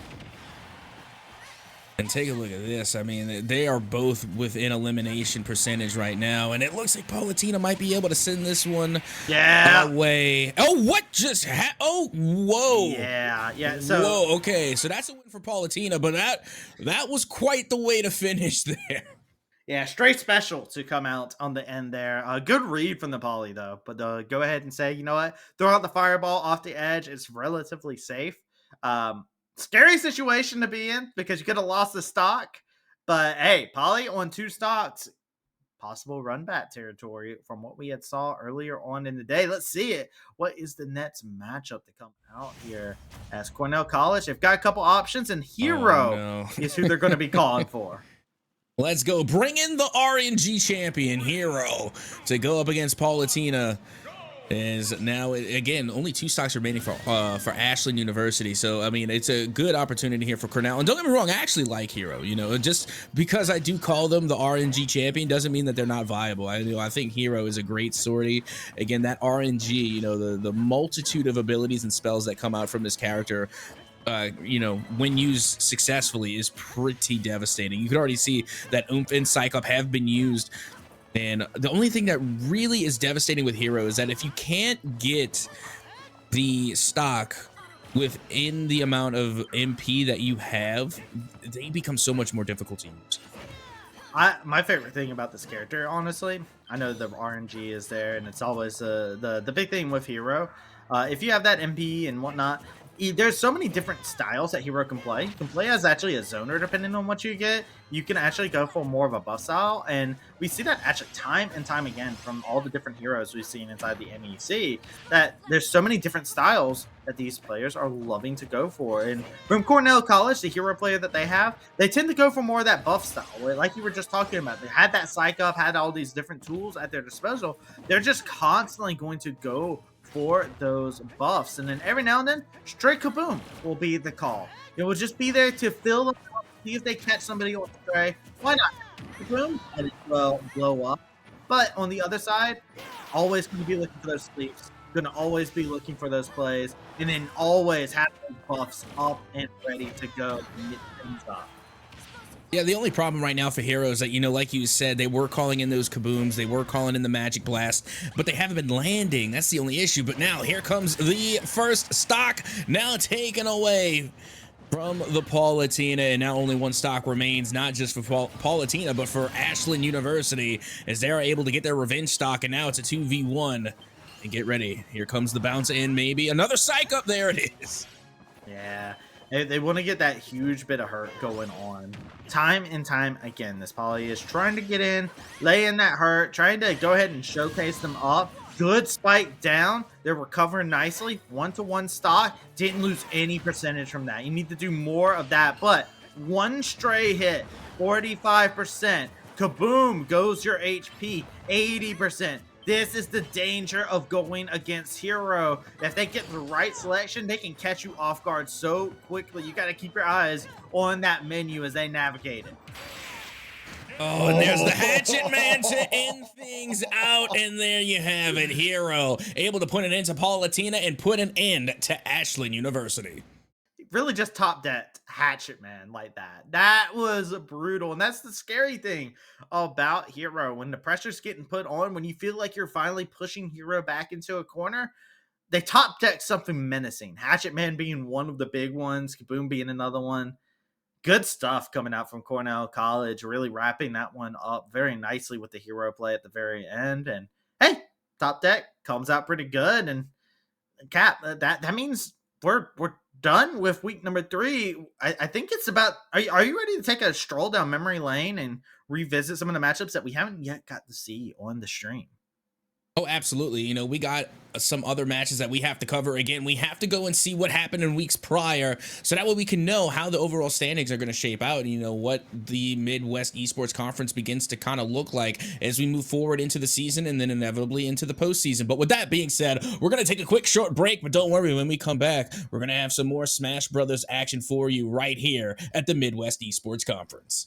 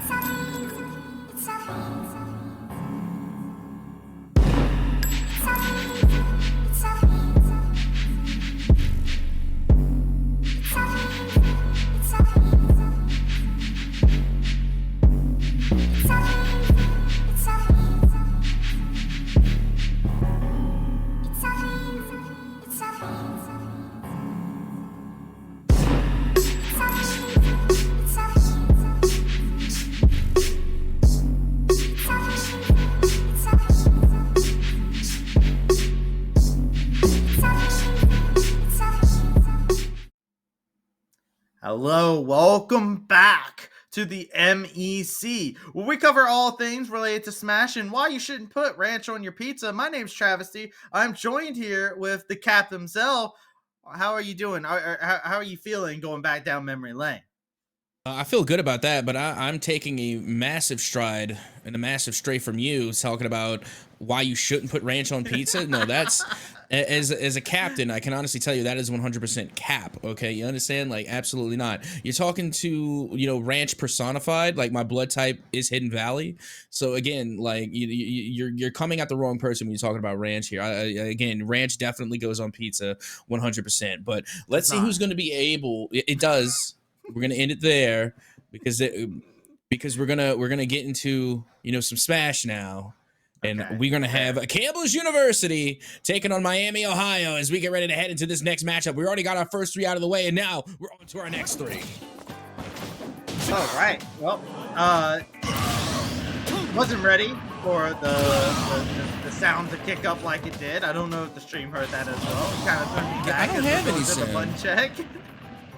You don't have any sound? Wait, hang on. All right, hold on. Okay, there we go. I'm over there, not having the sound for a moment there. Caught me off guard at the very least. Looks like they were just doing a button check there, so we'll check back in on them in a moment. See if they got their buttons clickety clacking in the right way. I mean, if that is the matchup, though, that's going to be a good one. Little Mac and Wolf. Granted, I think the advantage might go to Little Mac there, but at the same time, Wolf still a pretty good answer to Little Mac. I mean, they're going to. Now I do have sound, and we do have cloud. So it's a cloud, not a wolf. coming through for Campbellsville. We've seen this actually be a little bit of a change for Miami University, starting off with the Little Mac pretty often inside the crew battles. And it's a very interesting character to do. They don't have a lot of insanely good matchups for themselves, but I do think this is the nature of just them being so comfortable in the character and wanting to get as many reps as possible. I think it's a cool thing if that's the case for Miami University, just trying to make sure that their player is able to get that extra level going for them as a raw cross flash there.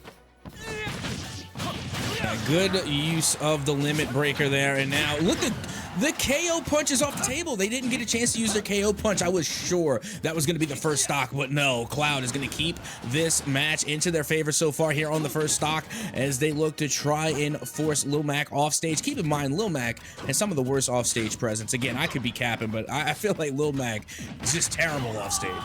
No, you're not capping on that one. I can say that for sure. Does get some first elimination, but we're going to be looking at this Little Mac getting a lot of the kills center stage, going off in the neutral, going up for either those KOs off the ceiling or off to the side. That was messy. Cloud got put up and mixed up underneath the stage. Went for the recovery, but Cloud is also a character with terrible recovery options. They can do it. It's just not their bread and butter. They don't want to go for those. They are more so wanting to play in that neutral and play for around those limit breaks. Yeah, you know, I was getting ready to say the same thing. I was like, you know what, Cloud's not that great off stage either. so like either of these players, if you could just force them off stage, you know, you could bring in some powerful edge guards. As now you can see the recovery there, a little bit of wake up damage coming from Little Mac as they are just holding on 172% damage. And now finally it is going to be the forward air from Cloud to get that first stock off of Little Mac, and they got limit breaker at the ready as well. Yeah, but they go ahead and throw it out. This is a little bit scary to getting that limit break and then throwing it out like that when it's just going to act as kind of a zoning tool. Throwing it out raw can have its risk. Good cross slash coming out. Get a bit more damage onto this Little Mac. Has that 2-stock advantage, but to the heavens with you. Back to the live stream for Cloud. And you know, it's so funny because I get a lot of heat in the Super Smash community because, again, like Cloud apparently is like everybody's favorite sortie, and they're like, oh, it's S tier sortie. I respectfully disagree. I really don't think Cloud is like, you know, the best sortie of all time. I think they're great, you know. I just don't, and I think they're really, really good. I just don't think they're the like S tier sortie. I wouldn't even put them in the S tier. If anything, if we're gonna go tiers, I'd put them in the A tier, you know. And I really do prefer sorties like Roy and Toon Link. I love Toon Link as a sortie. And watch, I'm already expecting the hate mail to come in, but you know, enough talking about sorties, even though it is my favorite topic. Let's get ready to head into our next matchup between these two. Again, Miami, Ohio, and Campbellsville University is now. We're bringing Rob to the party. Rob, is time to show those boxing chops. These are two characters from the same era of Nintendo, pretty much. So it's going to be fun to be able to see these two clash against one another. Rob, look for them to continue to play around that gyro, I believe, inside this matchup. I'm actually kind of curious how Little Mac can confirm a KO against Rob in this instance. Rob feels like they should be very hard for Matt to actually be able to finish off. Again, that's because Rob can kind of beat them at their own game. All they have to do is just not expose themselves to that KO punch, and then they can pretty much go to toe, because you got to keep in mind, their close range melee also really good. And, you know, they have a lot to their... They have a lot in their arsenal that can really go up against Little Mac, and even if they can't take them close range, you know, again, like we were talking about, Rob just kind of covers all the bases, as now you do see the KO punch is activated, and now Rob just has to avoid the danger. And there's the KO punch. So if you were wondering exactly how Little Mac gets to it, it's very simple. Just hit him with the uppercut. It's a secret tech. Everybody learned it. It's a tech as old as time. Little Mac grabbing the gyro, making sure to shut down some of that pressure is a big part of Rob's pressure. Throw the gyro, run up, grab it, throw it again. Just constantly do that process. But Rob, with the spinning mitts up, hits him with a hurricane of blows. And that will take Little Mac off of the stage and put him bound to their last stop. Yep. And at least Little Mac managed to get bare minimum 1 stock so far against this Rob, because you got to keep in mind they've already managed to get 3 stocks off of Campbellsville University. And now they're looking to get yet another one here off of this Rob. They're in the 81 percentile. Wouldn't take much. And you got to keep in mind, Little Mac doesn't need KO punch to get a limbs and to take stocks. Honestly, all it can take is just one good up B, and that's all you need. And that is going to be the 2nd stock gone now for Rob. We're back to a 1 stock apiece matchup. 1 punch is all you need. Little One Mac punch! I'm sorry. coming in. Yeah, you know what? Right now, Little Mac kind of looking like that, right? We're seeing that time and time again. Miami University, they've been channeling their Saitama, and they are looking to channel it a little bit more. It's taking a little bit more than 1 punch, but 1 punch at a time, they are chipping away at the HP, the outer shell of this robot. Yeah, now the KO punch is online. Again, they might not even need it. It's at 100% onto Rob. And there goes the KO punch. It's now out, no more. And not needed. Again, they're not going to need it. They just need a series of regular punches. As a role model, you know, again, I love me my Saitama. So again, for the baldies out there, you know, it's just going to take, you know, just some good old-fashioned 1-2 jabs. And just like that, Little Mac coming and getting just 6 stocks immediately off the board. Yeah, I love to see it from this Little Mac. This Little Mac's been disgusting, and it's actually been a very scary force to see, especially since they've moved it into the point position for their crew battles. It used to be sitting in the middle, kind of towards the end, and I feel like this is the Little Mac just being like, yo, I want more reps. Put me in, coach. Like, I could do this all day. Let's go into it. So let's see, Little Mac, can you do it all day? You got 1 last stock to go through. You've done the damage. It's King K. Rule, fisticuffs versus an ironclad stomach. And now you see, this is actually a really good matchup. I love the King K. Rule against Little Mac just because King K. Rule's belly armor can actually eat a lot of that damage that Little Mac puts out. And another thing is that Little Mac really has to close the gap, right? Like, that's how they deal a lot of their damage. They don't really have any range to their abilities. So again, K. Rule with the crown, K. Rule with the musket, they can actually keep Little Mac at bay. And then when they finally do force their way in, you have that big belly. So just lay on the damage. So again, I think this is actually a really good pick to go up against this Little Mac from Miami. I hard agree, especially because we have seen Campbellsville, the way they play King K. Rule, constantly throwing out that crown, constantly throwing out that blunderbuss, right? Little Mac has to struggle in those situations, but a good KO punch there to be able to take it. This big body it can soak up some punishment, but you know, 1 punch is all you need when that KO bar is built up. Saitama skin for Lil Mac win. You know, they're definitely out there. That is a kill. Very good from the King K. Rule. Like you said, I think this was just a fantastic pick to finish off the Little Mac very quickly. Fortunately, did lose a stock though in the effort. Yeah, they did, but you know, at the same time, you know, honestly, if it was like 3 stock to 3 stock, I still would want to give it to the King K. Rule. Again, it's the power of the belly. You got it as a lifelong big guy. You know, the belly is very powerful, and again, you know, K. Rule uses there offensively and defensively. You have the belly armor there for defense, and like we saw off stage, you can use the belly slam to get that final stock and final elimination. And now we got to see what the answer to King K. Rule will be. Coming from Miami University as we head into our next matchup, and they're going to be bringing Falco. That should be interesting, just because of the fact Falco, you know, of course, wants to get underneath the King K. Rule and just start floating them up into the air, constantly juggle them, and just try and bring them to that ceiling where they'll be able to pop them. Against a heavy character like King K. Rule that's looking to get those big heavy blows off, and also would be looking to apply pressure with that crown, with that blunderbuss. It's a very scary scenario actually to be in. It's going to take a lot of effort for Falco to get in there and do the work. Well, here we go. They're going toe-to-toe with this King K. Rule, going right up into their face now. And like you said, trying to take them to the skies. But now we're going right back down to stage, and all the platforms are gone. They'll be back, don't you worry.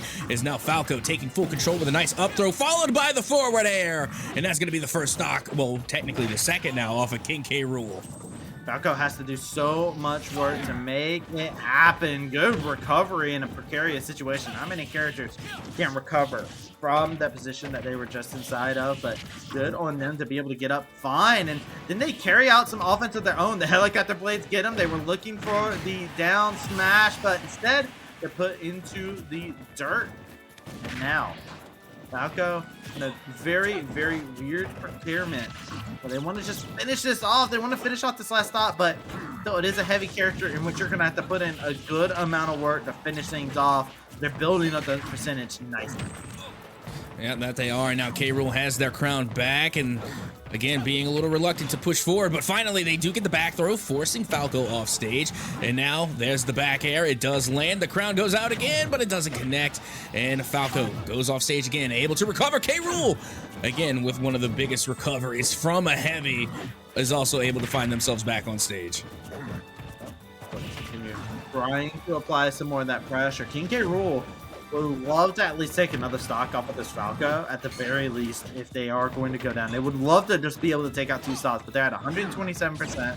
They're in a very, very weird place to be inside of, where Falco has 2 stocks. And look at this. Falco going off stage, making sure to punish any effort. King K. Rool falls down, and now Falco with 2 stocks is available for the next opponent. That it is. And again, you know, we're seeing Miami playing very well, and you can see that they have a lot of talent on their roster.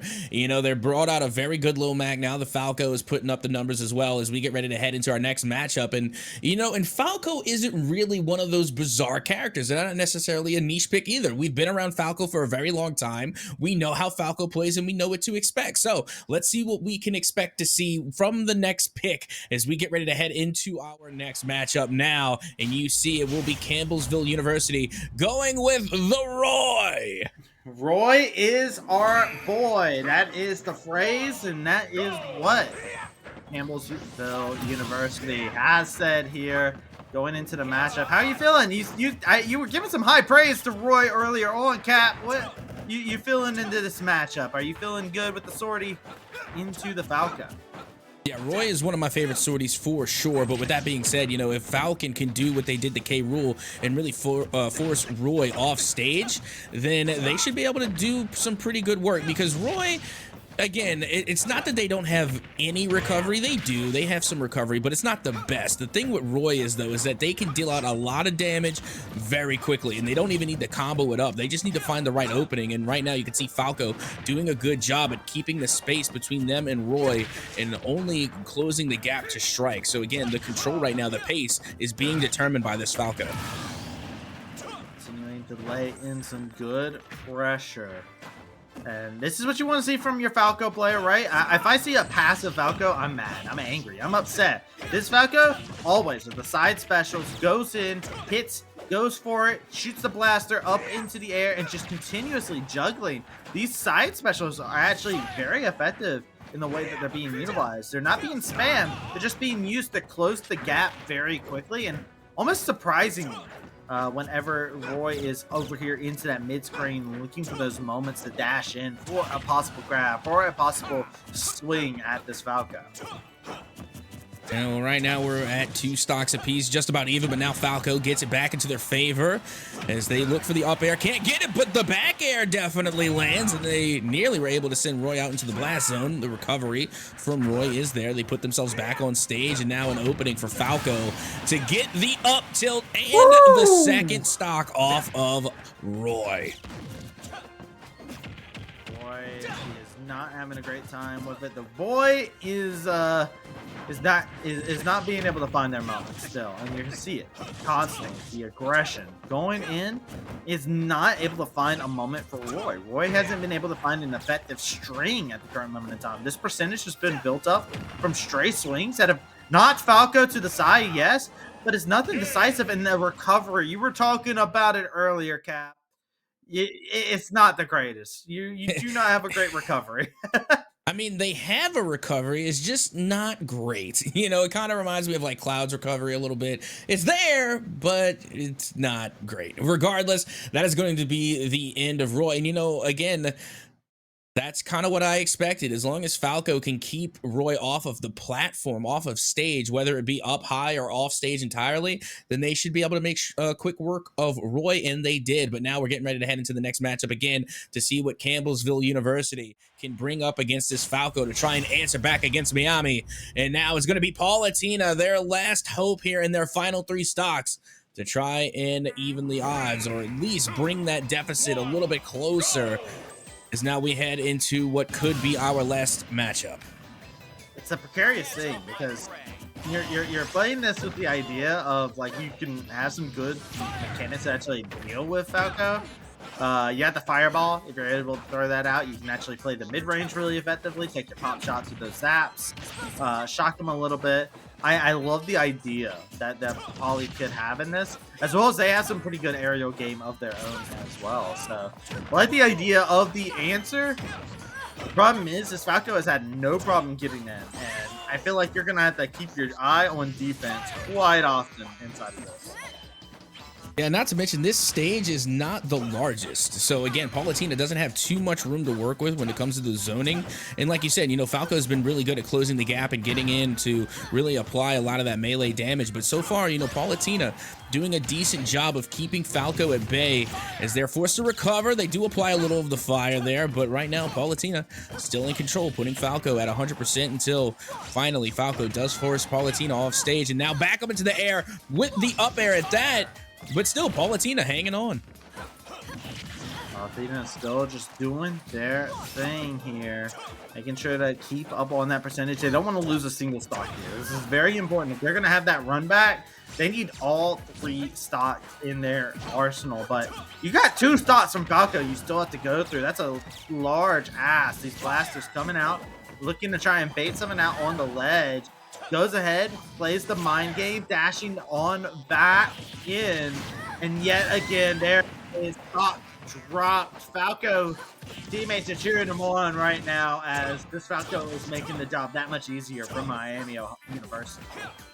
And, you know, that's another thing I was wondering, like, how much more damage can Paulatina take? I mean, they were there at like 150%, and now this could very well be the end of Falco as they're sitting at 130.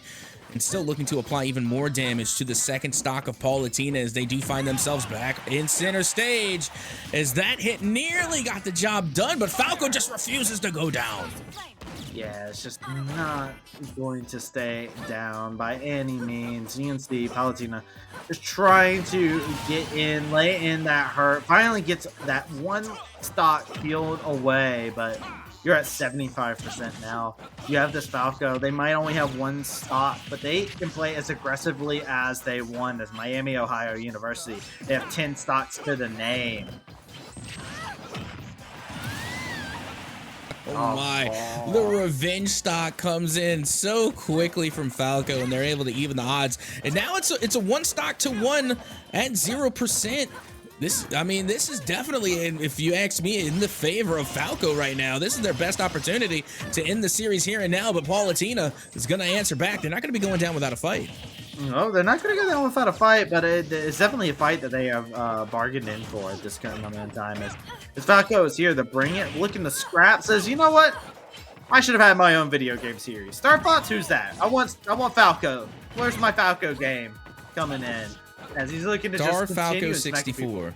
That I would play it. I'd play it, especially after a display like this. Look at this Falco mixing things up.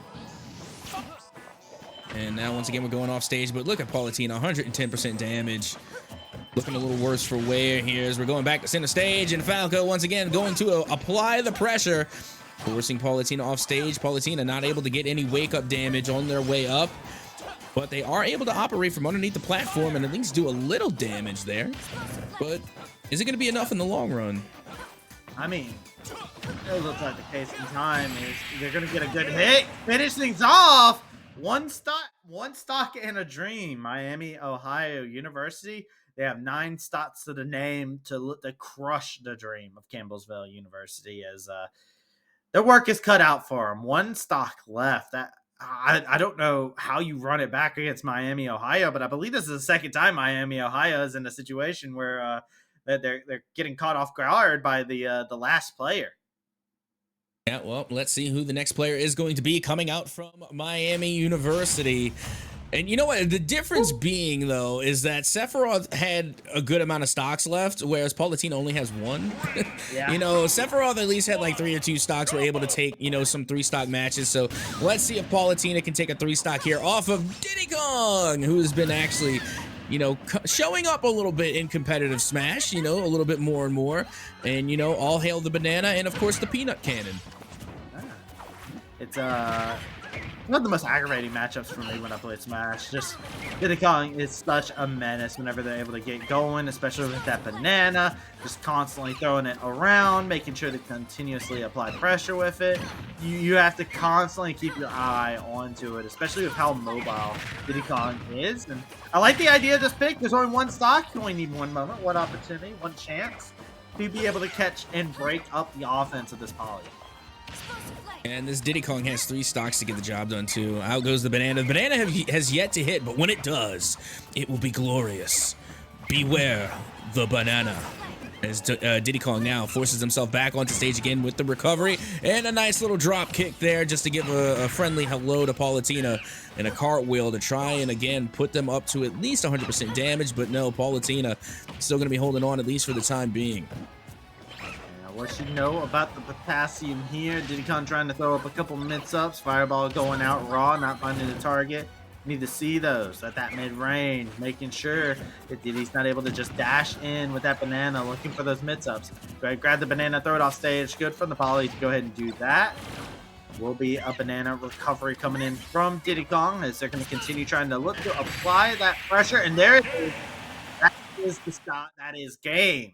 And Miami, Ohio University coming in, finishing things off pretty cleanly, I would say. 9-0 for their favor. Absolutely. I mean, they still had, you know, players in their pocket ready to go. But with that being said, that is going to be game number 1 here for our review. What do you call this? A rehash? You know, we like, you know, in the FGC, we like run back. Run back is a cool term. There the we week go. 1 run back. We're gonna roll with that as our little trip down memory lane. It has only started as we are going through and checking out some of the action that happened inside of week 1. We are not done yet, though, as we still have 2 more matches from week 1 to go back and revisit. So do not touch that browser, as we will be right back.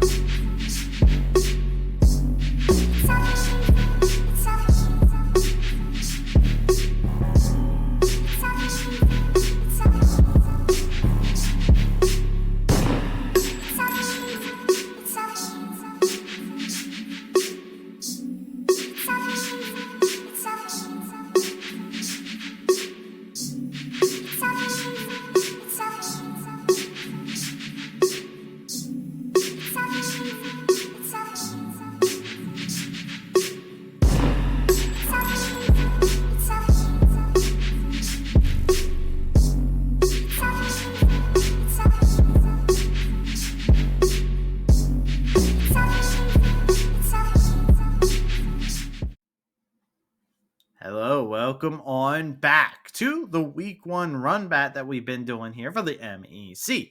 My name is Travis C. I'm joined here with the Cap himself. Cap, we are getting into more here as the recap hasn't been done. The run back is not completed. We still got ourselves 2 more matches to finish off our day here as we're kind of running back through all of week one on the day.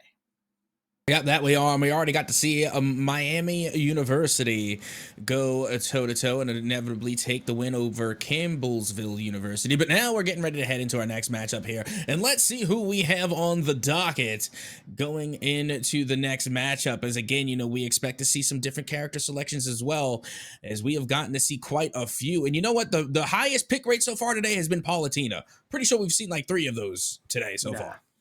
Yeah, it's been interesting because usually Cloud's the most popular one. I think we've seen 2 Clouds as well, so I think we've only seen those 2 rehashes, right? It's been the Poly and the Cloud. 2 Falcos, I think, too. Coming. Oh, you know what? I think you're right on that. I think we have seen 2 Falcos on the day as well. So it's been a very interesting day. And other than that, pretty creative. Nobody's really gone for the same picks over and over again. We're seeing some pretty deep pools coming out here and some very unique pools. So I'm excited to see what these 2 teams are going to bring out for us to start things off. I believe we should have ourselves a very fun matchup to go into for our second one from the week 1 run back. Oh, absolutely, and I cannot wait to get into it again because these matches have been pretty good, and don't get me wrong, we've had a big score gap in between matches. Sure, you could say that these matches have been one-sided this way or the other, but I don't think the scoreline really does it justice when you actually look at the matches being had. They're being decided by stocks, and it's not that big of a difference when you're looking at them actually fighting it out. So again, the overall scoreline doesn't do justice what is happening actually on the stage. So without further ado, let's get ready to head into our next matchup here, so that way we can see what it will be from Campbellsville University and Ashland, and you have the battle of the sorties. You have my personal pick, which is Roy, going up against everybody's pick, which is Cloud. So what you're saying is this is the one to settle things out for you, right? Not necessarily. I mean, you got to have the best Cloud player and Goblin Roy. Give me the best Cloud and go up against Goblin Roy. That will be, I think, the settler, the deciding thing that will win over your vote for sorties. But right now, they're fighting for collegiate supremacy here. As you can see, Roy already charging up that B, looking to smash and hit up this Cloud here as they got that Advent Children gear on, looking to go ahead and hit people with the pure cinema that is the Cloud gameplay. But this Roy is really applying abuse here. Yeah, that they are, and they're just so good on the edge as well. But Cloud looking to rebuttal, going towards the stage, trying to apply the edge guard, but they can't get it on Roy. Roy back center stage now is able to land a few slashes there, and Cloud looking pretty dire now, up and around 130%. Nice up B, though, in order to do a little damage back onto Roy. Yeah. Cross Slash doing a good amount of damage as well. It's some vital time to actually build up that limit break. You want to go ahead and get that built up for one more big move. Limit break has been achieved. Can look for something that's a little bit tricky to catch Roy off guard. There it is. Limit break cross slash. Do not sleep on that. And that will be enough for Ashland to take the advantage inside the stop. But a nice grab, a couple knees to the face of Cloud. Wasn't ready for all of that. And now Roy in a dangerous predicament. But there's that revenge stop from Roy quickly with a vengeance. Yeah, no love lost there. We're back at 2 stock apiece. Percentile now going the way of Cloud. As I got to say, it definitely looked like Cloud has warmed up between the first stock and now. They were kind of in a dire strait there in that first stock. And, it looked like they were going to go down first. But no, they managed to turn things around. And Roy, once again, looking to put things back into their favor as they take an early lead, looking to get the second stock off of Cloud, and they can't recover. They're too far gone. And now it will be Cloud with only 1 stock remaining. The one place you don't want to be is off of the stage as Cloud. Now They're going to continue fighting against each other. Roy with the nice decisive advantage for themselves. Campbellsville University going to take this moment to apply that pressure a little bit further beyond, and limit break over, just over halfway done. Cloud going to be looking to that to possibly finish off a KO onto Roy, as they're both playing this neutral game at this current moment in time. Neither side really wanting to go over to the ledge at this current moment in time, which makes perfect sense since, we've gone over the fact that the recovery just is not there. But a limit break cross slash nicely guarded by Roy. They're just going to hit him with a raw normal cross slash as a response. Yeah, and it's still applying a good bit of damage here. As you can see, you got 130% onto Roy. All it's going to take is one good opening, and an up B might do it. Is now 150% on Roy, which is another thing we have to talk about with Roy, is that they are actually pretty heavy, being a sortie there. So again, it does take a little bit of extra oomph to put them into the blast zone, as now Roy is sitting at 168% damage. Hey, look, it's all that armor. That armor comes in clutch whenever you're in a sword v sword battle, and look, it works out just fine. Gets him into the blast zone. Roy remains the boy. Goes on to the Nets. Round 2 stops to the name, and Roy's a dangerous character to actually have to go against in the Nets bit. Another one of those characters that can very much so quickly and swiftly surprise you with an insta KO. I was about to say, y'all are lucky that I decided not to have that one to be the decider, because then I would have won. So again, just saying, well, I plays it fair, at least. At the bare minimum, at least I plays it fair. But will Roy continue to play it fair as we get ready to head into the next matchup? Let's see who is going to be coming from Ashland to try and take on Roy. And it's going to be Pyramithra. We're going all swords out today. So you're a happy person right now, then, right, Cam? You're just like getting all the sorties coming out. Oh, what? I'm very happy right now. Like, again, sword users are my favorite in Smash. So again, I'm all here for it. But with that being said, I think Pyramithra are also a pretty good pick to go up against Roy. They have a high crit percentage. They are very good. But again, you gotta spam some of those moves coming from Mithra, just so that way you can cover a lot of ground. Again, your best bet for Roy is just to keep them somewhat at a distance. See if they can get the job done. Is already Pyramithra off to a decent start here, as they're able to turn the tables back into their favor. But it's really just a good cross here between the two, as they are just trading blows back and forth. Yeah, keep in mind, Mithra is also just a much more faster, more agile character than Roy. But when Roy gets in and is ready to lay in hits, they hit hard. It's the game of do you choose to get hit by the truck, right? Roy is the truck at this current moment in time, and you need to constantly kind of make sure that you're out of range. You don't want to be in the crosswalk when Roy is full steam ahead. You see, that's the thing about Roy, is that they're not speedy, but they're really, really heavy.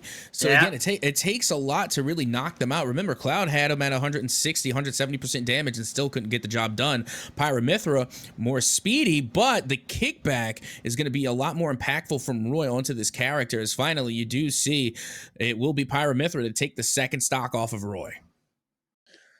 Takes the second stock off, peeling back a little bit more damage off of this character. Mithra wants to go ahead and try and finish things off if they possibly can here. Having 2 stocks is not the end of the world if you are Ashland University going into Campbellsville, as that will give you a little bit more time to recover. Remember, these are crew battles, so there's more people waiting in the wings, and every single time you're trying to hand the baton back the best you can to your Nets teammate. But with that stock being dropped down and not much damage being done to Roy, this could be a scary situation in which Campbellsville could run away with this and possibly get Roy to take out 2 whole characters.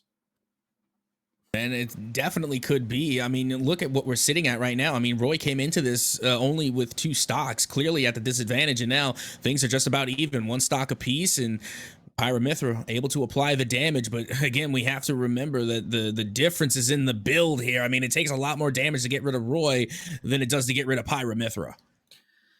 Pyramithra trying to find those moments with the that flaming sword, throw it over into the air and just let it spin around, do some of that damage. I would love to see a little bit more of that on the ledge, just like that. Constantly just lay in some of that pressure, right? You don't have great recovery. You want to try and keep that pressure onto Roy. Make him make an error when they're in those scenarios. You have more tools actually in these mid-range scenarios, and then you can use those. to go in, confirm into something to make it to where your roster is able to go in a little bit closer in. And Ashland's just not able to find that moment. We kind of have them standing at each other, staring at each other with the shields up, like who's going to drop it first? Who's going to go for the aggro first? Beautiful hit off of the recovery. Oh yeah, again, Mithra, and well, rather Pyra, honestly, is a lot better over towards the edge of the stage there. Again, whether it's the edge guard or if it's the wake up, you had best believe Pyra Mithra can get the job done, as it will be Mithra to end things out and get that final stock elimination off of Roy. That was beautiful. Charging up. Honestly, read Roy like a book in that situation. Realized that Roy was going to go for a hit there just outside of range. They took a little bit of a gamble there and said, you know what? I'm going to charge up. I'm going to swing wild. I'm going to string true. And you know what? Sometimes when you go for those gamble plays, they work off like that. And that's one of the things I think is the beauty of the sword characters is so many sword characters have tools to work with those gambles, right? Where you kind of have a read on your opponent and say, you know what? I'm going to get a little silly. I'm going to throw this big move out that requires a little bit of charge. But you know what? I've seen how this player plays. I'll throw it out, make that educated guess, that educated gamble, and make it all pay off. Yeah, well, here we are. We're getting ready to head now into the next matchup. Who's going to be going up against Pyra Mithra? I'm wondering if we're going to keep the trend of the swordies alive or if we're going to see a different selection. But here we go. It's going to be Rob. No more swordie matches. It's going to be one swordie versus, well, one robot. It's criminal, honestly, that Rob does not have a sword. Somebody get this robot a sword. The gyro is technically like a sword, right? I don't know, maybe. It's more, I think of it as more as like, I don't know, a projectile, maybe? I don't know. It's a curved sword that's just curved around in a circle. Yeah. That you throw. That you throw. It's a special kind of sword. Anything's a sword if you think about it hard enough. I mean, Joker's little dagger, you know, right? That could be a sword. Yeah. Mini sword, yeah. Just keep going for it. Yeah, well, you got so many swords coming at you, but unfortunately, the sword v sword combat does end here, despite our way trying to find it on here. But it doesn't mean that apparently the robot not mightier than the sword at this current moment in time. Is Method doing a good amount of work inside of this, really putting in a good bit of hurt onto Rob with that sword of theirs. But Rob's recovery coming in clutch to keep themselves alive. Yeah, I gotta say, Pyra Mithra, you know, for only having one stock, performing exceptionally here. Just to start things off, I mean, they got Rob on their back foot, but you got to keep in mind, you know, Rob is also a little heavy themselves. So again, they're gonna have to come through with a clean hit here in order to confirm this first stock. Meanwhile, you can see Roy just really doing a bit of chip damage. They have the advantage, they know it, and they're gonna try and use that stock to their advantage. Meanwhile, you do see Pyra Mithra forcing Rob off stage, trying to get this edge guard, because again, the edge guard from Pyra Mithra is so good, but Rob able to turn the tables and force Pyra Mithra off stage. Yeah, and this is where the pressure gets bad. You're going from edge to edge here, looking for the spike, doesn't find it just quite, but the pressure with that gyro is so disgusting. Good from Ashland to be able to push things off into their favor, but they are going to get hit with the laser. That will finish things off. Rob with 3 stots to the name. A 3-stot diff between Ashland and Campbellsville. Honestly, if you're on the side of Campbellsville, that's how you want to end things off, just so that way you took their stock, you didn't lose anything, so now you go into the next battle like you didn't even drop a character. So again, it was a good matchup coming from Rob. They were able to put an end to the swordies, and I don't know if we're going to keep the swordie trend alive as we get ready to head into our next matchup, and we'll see what Ashland is going to bring to the table and see what they can kind of match up against Roy. And the Falco comes back out. Okay, put some respect on it. I like it. Let's see how this one will unfold. I like that the Rob immediately say close range only. Immediately opens up with some blast of fire and gyros, but I love the idea of how this Falco could possibly come in. We got to see earlier on how Falco can play out when utilized correctly in the matchup, and it'll be an interesting thing if Campbellsville University can continue their momentum at this moment in time, or if Ashland, this will be their moment to possibly close out some of that gap that has built up, that 3-stock advantage that is present. And now back over towards the side here. You can see Rob trying to use the up air to apply a little of the damage, and they do. And now look at the side B is going to land as well, forcing Falco off stage. But as we know, this Falco can recover quite nicely. And there goes the forward throw, able to come through. And again, when you're looking at damage percentage, we're just about even. Falco still with a small lead as they're able to force Rob back off stage. And now Rob has to recover. Yeah, Rob recovers, gets a nice blow off onto Falco. Oh, Falco barely hits the recovery on that one. Almost made a critical error using that side special, but you can see now lasers flying out. Rob smelling blood in the water, finding out a moment to be able to take advantage of that. And yet again, that side special messing up Ashlyn. They go for the side special, have to go up. And what comes up must go down. It is basic robotics is built into the code of Rob. Yeah, again, that one edge guard move from Rob is just so devastating. It's so much power, so much knockback. But Falco comes in with a revenge stock in kind. Again, I feel like Rob is a little bit better on the ground, and then Falco, once they take it to the air, you're in trouble. Yeah, you're in their territory now. You don't have wings. That becomes the problem. You can't grow them either. You are a robot. You have to go back to the factory for that kind of an upgrade. Rob, not going to be going back to any factory at this current moment in time. Unless Falco has anything to say about it, it might send him back to the factory to be disassembled at this rate. But some nice hits coming out from this Rob. Finding some nice up airs. Just constantly going in there. Laying in a hurt. Good parry. Coming in. Laying in to this Falco. Not able to really find any momentum for this else. And yet again, a nice gyro to come out. And doesn't get the recovery. It's heartbreaking for Ashlyn. Yeah, that it is. And, but I got to tell you, if you're on the side of Campbellsville University, you got to be rooting for your Rob here, who was somewhat in a detrimental position going into this. But now they managed to turn the tables back around onto Falco as Falco looks to get this revenge stock. But take a look at that. The up air coming from Rob does connect, getting some damage there and allowing them to recover nicely back onto stage. Gets a nice recovery back in, 129% for the Rob. This is dangerous territory because one hit from Rob can really build up that percentage very quickly. And Rob is started getting that momentum for themselves, right? This is where I find Rob to be the most dangerous, is where they're able to throw out those gyros and whatnot constantly, keep that pressure built. Of course, Falco did get a nice KO there to bring it to a stock each, but Falco wants to finish off Rob at the very least, so their next representative from Ashland University does not have to deal with such a versatile character. And Rob does not relent when it comes down to the pressure. Oh, absolutely not. And once again, they're forcing Falco off stage. And unfortunately, at least for this round, Falco has not been having a lot of luck off stage. Their recovery has not been able to get themselves back onto stage, and it's costed them at least 2 stocks. So now here, you do not want to find yourself in that position again, as Rob just continues to force Falco off stage and forces him to constantly have to recover. Playing to their strategy, throw the gyro, good ledge guard. Falco gets back onto stage, does a split. It's like, all right, yeah, cool, man, whatever. It's going to go ahead and turn things back over to their advantage, and up into the air you go. Scary place to be, but Falco can't combo, finds it. Great stuff from Ashland University, bringing it to a 2-stock difference, and that is a much needed breath of fresh air for Ashland University.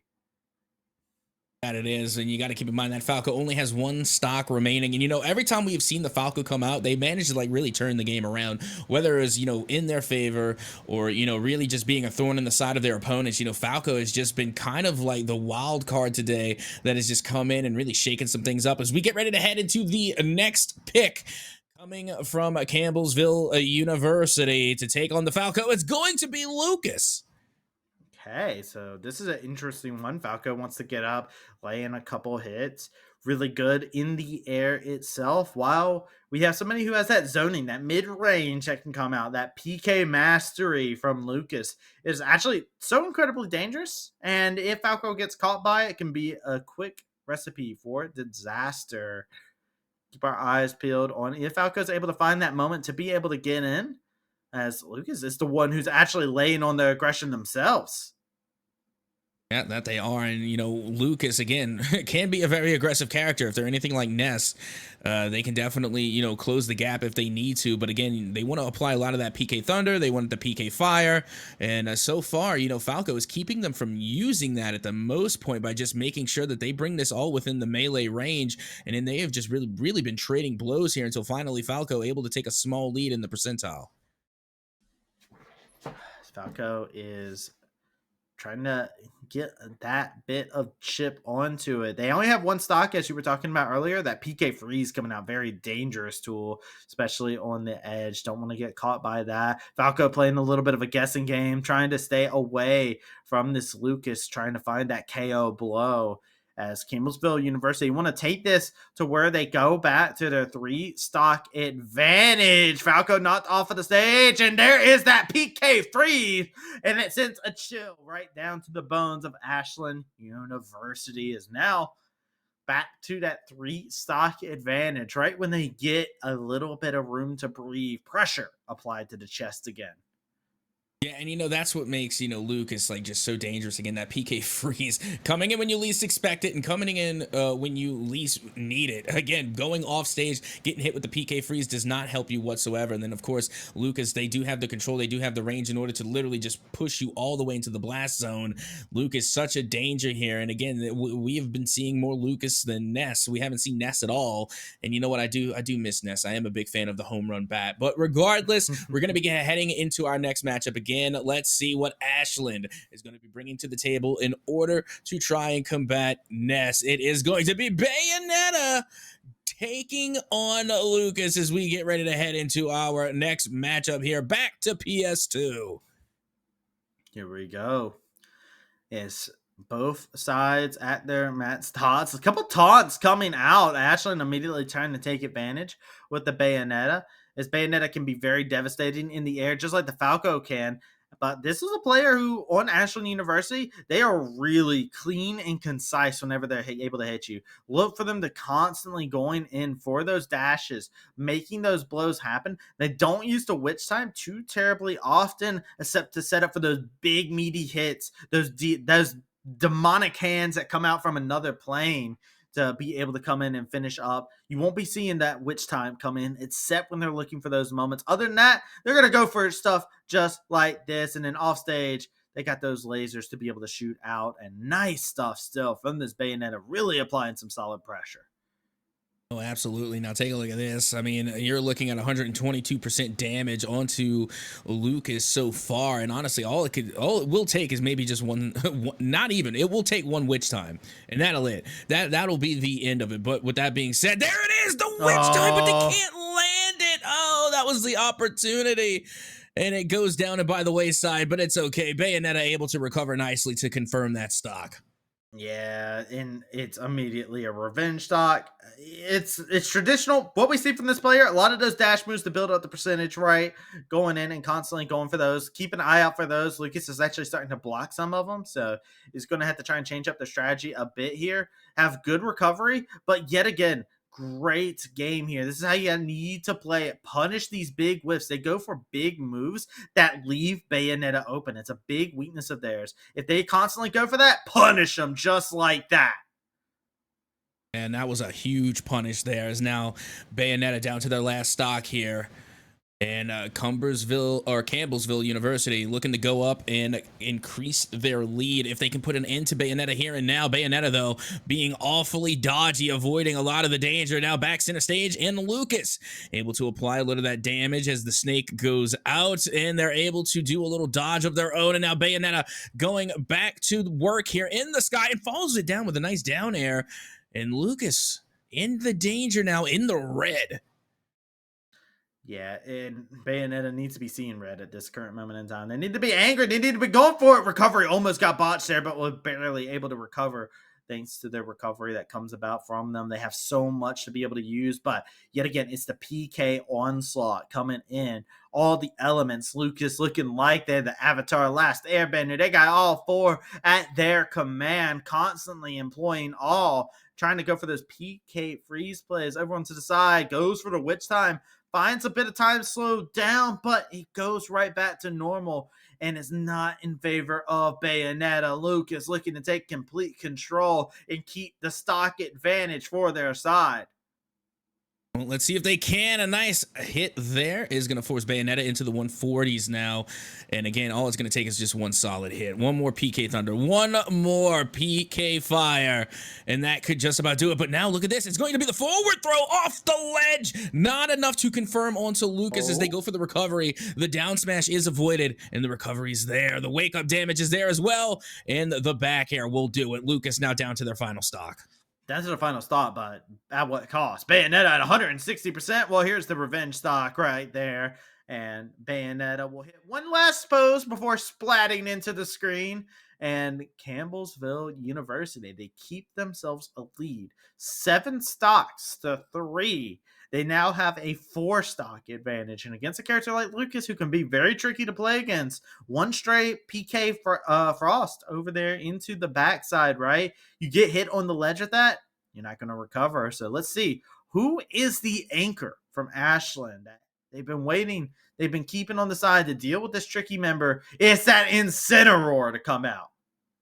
Now, you see, this could be a little tricky here, too, because Lucas is good at keeping characters at bay, and Incineroar is one of those characters that really have to get in close to be most viable. So let's see if Lucas will be able to use their zoning abilities, being able to use the PK Fire, PK Thunder, and the PK Freeze to try and take at least one stock off of this Incineroar as we get this next matchup well and underway. Here we go. You can see a little bit of filling them out. Then we're trying to find their angle to be able to get in there. Not trying to get reckless, but immediately punished. They went for an Alohan lariat there and couldn't find a clothesline. They're throwing them out a little bit wild in this instance at this moment in time. And it's a little bit of a worrisome trend. If they continue to do that, you can see that the punishment is there. And there's that PK Frost. Normally, ice doesn't beat fire, but today is an exception. Says you, Sub-Zero over Scorpion any day of the week.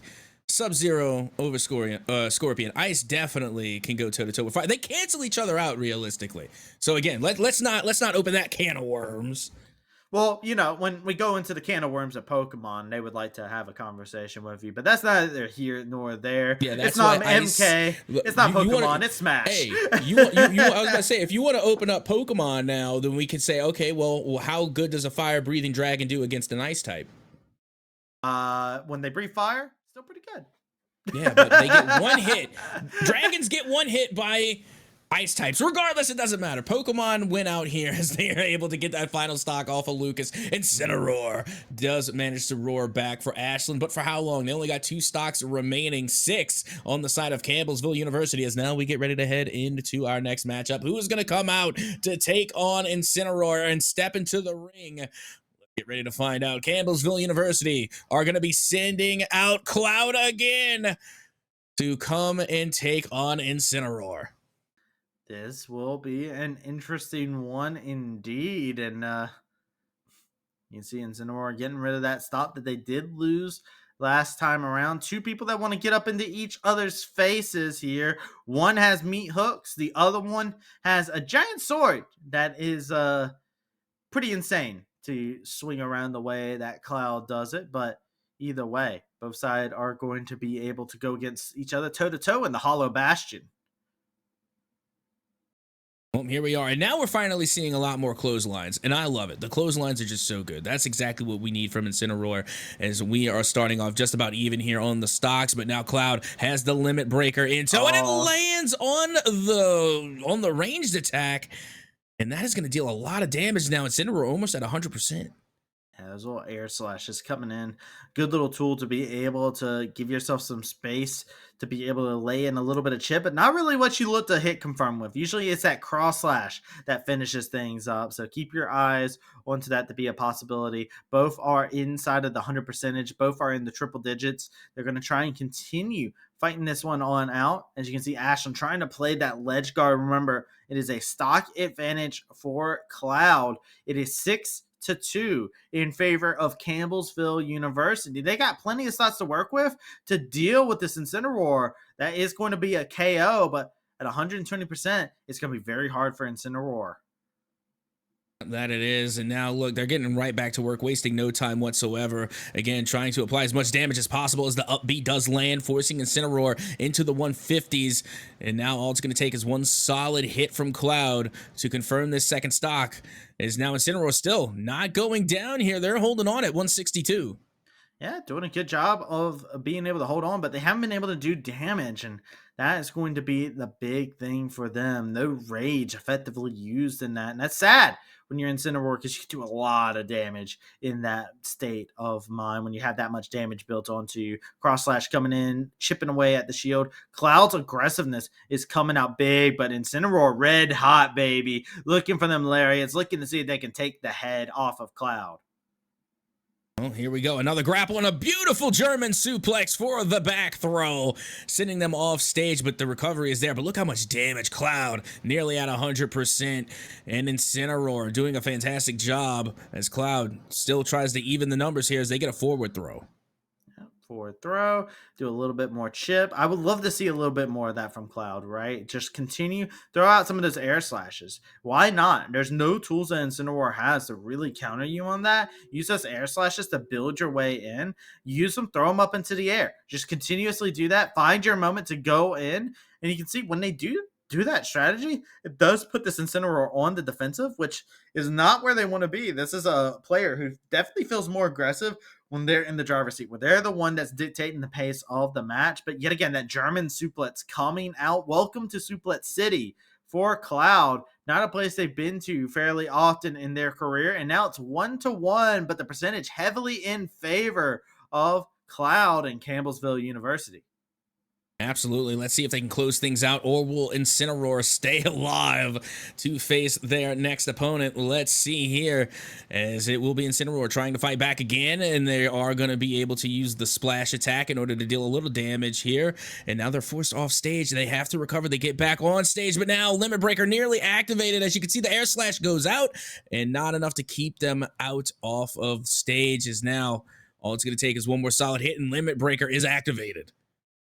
Oh, the raw cross slash. No, they went for it. They tried to predict them to just come up onto the ledge like that, but they floated right above them. And that is the scary thing. Got a little bit too careless with it, a little overzealous with utilizing that limit break. And that was a KO move that is now gone, but with 150%.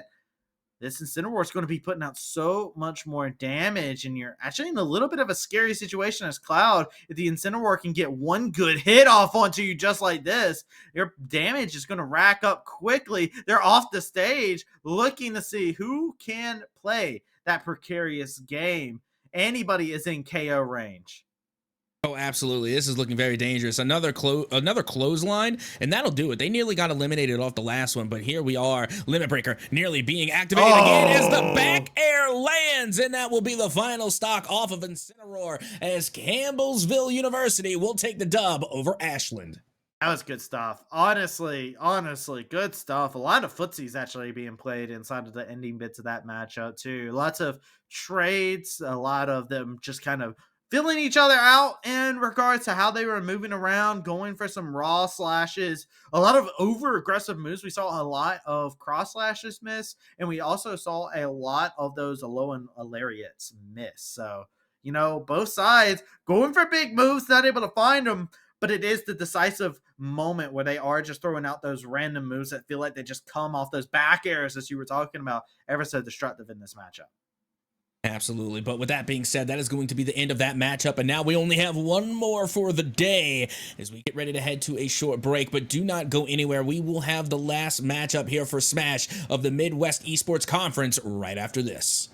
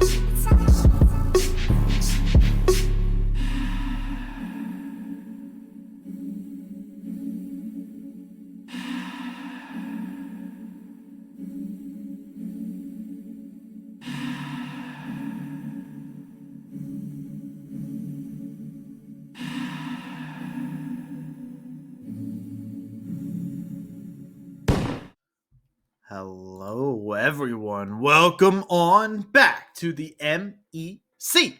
We are going into our final game of the day. We have gone through 6 battles on the day so far today. We're going into 6 today. My name is Travis. I'm joined here with Captain Atsuka. Are you ready for the final matchup of the day as we go through the week 1 run back? Oh, absolutely. I mean, we've already gone through 5. What's one more? Let's get ready to head into our last matchup, which is going to be Miami University, who is currently going 2-0 today. Oh. And now we'll be taking on Cleveland State University, CSU, who also won their previous matchup. So let's see who will reign supreme, as it will be a Little Mac versus Hero to start things off. I feel like Hero has so many just really good tools to be able to deal with this. I'm actually interested. Little Mac is starting off with 2 stacks instead of the 3. I'm not entirely sure why. Yeah, that is a little curious, I have to admit. I'm wondering why, unless there's something in the VOD that we might have missed as to why Lil Mag decided to go down a stock early. Well, they got KO meter at the ready, and it lands. It's even stocks now. Yeah, even stocks. But I mean, look at Lil Mag. They're at 100% already. Yeah, I was gonna say before Little Mac jumped down. I was going to say, like, with Little Mac, I do not like the Hero into Little Mac matchup, and like Heroes should have this in their favor. They have too many tools for Little Mac to have to deal with at all times. Well, you see, I actually really love this matchup because it's exactly like polar opposites. You have Little Mac, who literally has one play style. They only have one thing that they can do, really. And then Hero is just like a bag of random. Like, you don't know what you're going to get into. So it's literally like opposite ends of the spectrum, duking it out here on Hollow Bastion. And now Lil Mac has the advantage. Yeah, and I'm still curious of if there was if we're missed out on a little bit of the match for some reason, and something that had happened, because now this technically, if Little Mac didn't jump off at the very beginning, they would have been a stock up over Hero. So this does make for a very interesting scenario, as it's now the 1v1 me bro kind of scenario.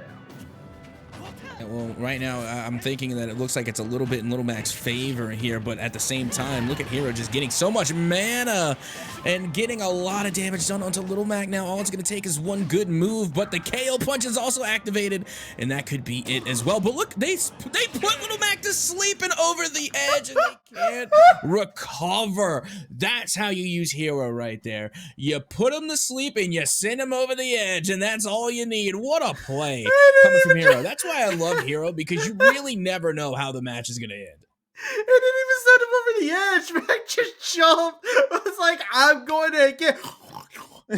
It just completely fell off. I have not seen that before. That is very wild to see from a Hero in the Little Mac matchup. Let's get into this next matchup. After a little bit of chaos there, I think we're getting a little bit more of an answer as we continue to go about. Hero taking on the Kirby of Miami University. They got that the Heartless skin, as I like to call it, for Kirby going for him. Also, am a really big Kingdom Hearts fan, by the way. So, like, I love Hollow Bastion, love everything Kingdom Hearts related. But yeah, I love Heartless Kirby as well. I approve. We stand the Heartless Kirby. Hero might not as much here, as this Heartless they got hands, and you don't want to catch those hands. Good night. Woke up a little early on that one. Not the ideal time, but good amount of damage being thrown back. Yeah, Kirby is going to want to get this stock well and gone, because you got to keep in mind they're down 1 stock currently against Cleveland State. So they're going to want to try and put it into this one just to even the odds back up and, set us back even, not just with, the stock count, but, also just with, Kirby in general. This is a big opportunity here, just so that way they can get rid of this Hero that is kind of a nuisance so far. Is now we're, again, just even at 70 percentile in Hero. Not really making much of it just yet. They put themselves back center stage. The back center stage, looking for a little bit more. Cannot find such here as Hero just wants to find that one definitive blow to just send Kirby flying, take a stock off of him. Will be great for their squad. They don't want it to be an even matchup going into the next round. Kirby doing a good job kind of filling them out, letting them kind of rest without having that mana. As he will zoom back in. Does not get the hit on arrival. No, they do not. Look at Kirby just plotting, and it will come to fruition. Kirby able to get the final limb and the final stock, giving the advantage back to their team as we get ready to head into the next match. But I got to tell you, I mean, that one was getting pretty close. Kirby almost lost a stock there. Yeah, no, that was incredibly close. We're going to keep our eyes peeled on everything as we could see a little bit more of that. Who knows? We're going to go ahead and send it on over to our next matchup here. And it's going to be this Kirby taking on the Bowser. 3-star to 3-star. And we've actually seen this matchup earlier on today, too. So, again, this is not just a doppelganger, but this is just like a complete replica of a match that we've already seen. Kirby and Bowser getting ready to go head-to-head. And currently, we are all fair and square. 12 stocks apiece for Cleveland State University in Miami. See this Kirby. I got rid of the Heartless skin and said, you know what, alright, I want to go back to my my little bit more of my my reddish skin. I don't believe that's the normal pink one right there. It's peach. It looks peach. Yeah, it's peach. That's a good one. I will accept that. Peach is a good one for it, but they said they can't take the Heartless to a Bowser. They gotta go bring in the peach for Bowser. He's got that romp drop, you know? Yeah, well, again, this should be a decent matchup at the very least. Again, Bowser can eat a lot of this damage from Kirby, and they can also deal a good bit out. As out comes the turtle spin, and it does deal a good bit to Kirby, as Kirby is now in the 100th percentile. Yeah, and you can see immediately go up into the air, bring it back down, get into that spell, spin right round, baby. And Kirby has downloaded this. This is something that they have done 3 times now. And Kirby effectively punishing it at 120%. Very scary scenario to be in. You can see this player, remember, they do like to be a little cheeky at times, but they are going for a nice little combo here off of the throw and immediately punishing off of what has been a very telegraphed play. Back to back, no percentage dropped. Bowser can't catch a break. So, like, Miami Kirby is just cracked. That's what I'm understanding here, because these combos, they just constantly chain into more combos, whereas, you know, Bowser, they're just trying to take what they can get from these small openings here, as now Kirby is going to recover, and out goes the Kirby suction to try and put Bowser off stage. I mean, it did work, but the recovery was there, and now another turtle spin could do it, but no, Kirby again should be able to recover. Yeah, and you can see good recovery, good defense coming about. Kirby going ahead and getting back in there, but this time, even though they've been doing it time and time again, it finally catches Kirby, and with the amount of damage put on, Kirby does lose the stock, but still looks out on a big favor here as gotta keep an eye out. This Kirby still laying in the herd, hasn't had any damage put onto him by the Bowser. Finally gets a little bit of chip, but at this rate, Kirby's going to clean out another stock. Well, they should. Now it's all about execution here, as Bowser is able to answer back, get at least one other hit. Looking to go for that turtle spin again, but it does get canceled out. And now Kirby with the up B is able to land theirs. And here comes the follow-up, the diving head, but not enough to confirm, as Bowser still holding on here. Yeah, Bowser is holding on. They do a lot of damage in this state with the rage as well, so keep your eye out, as Kirby can get knocked out in a moment's notice, and that is a worry that you have to have if you are this Kirby. But it's like they're just going to continue. Hit him with a couple hits. Good stuff to come about.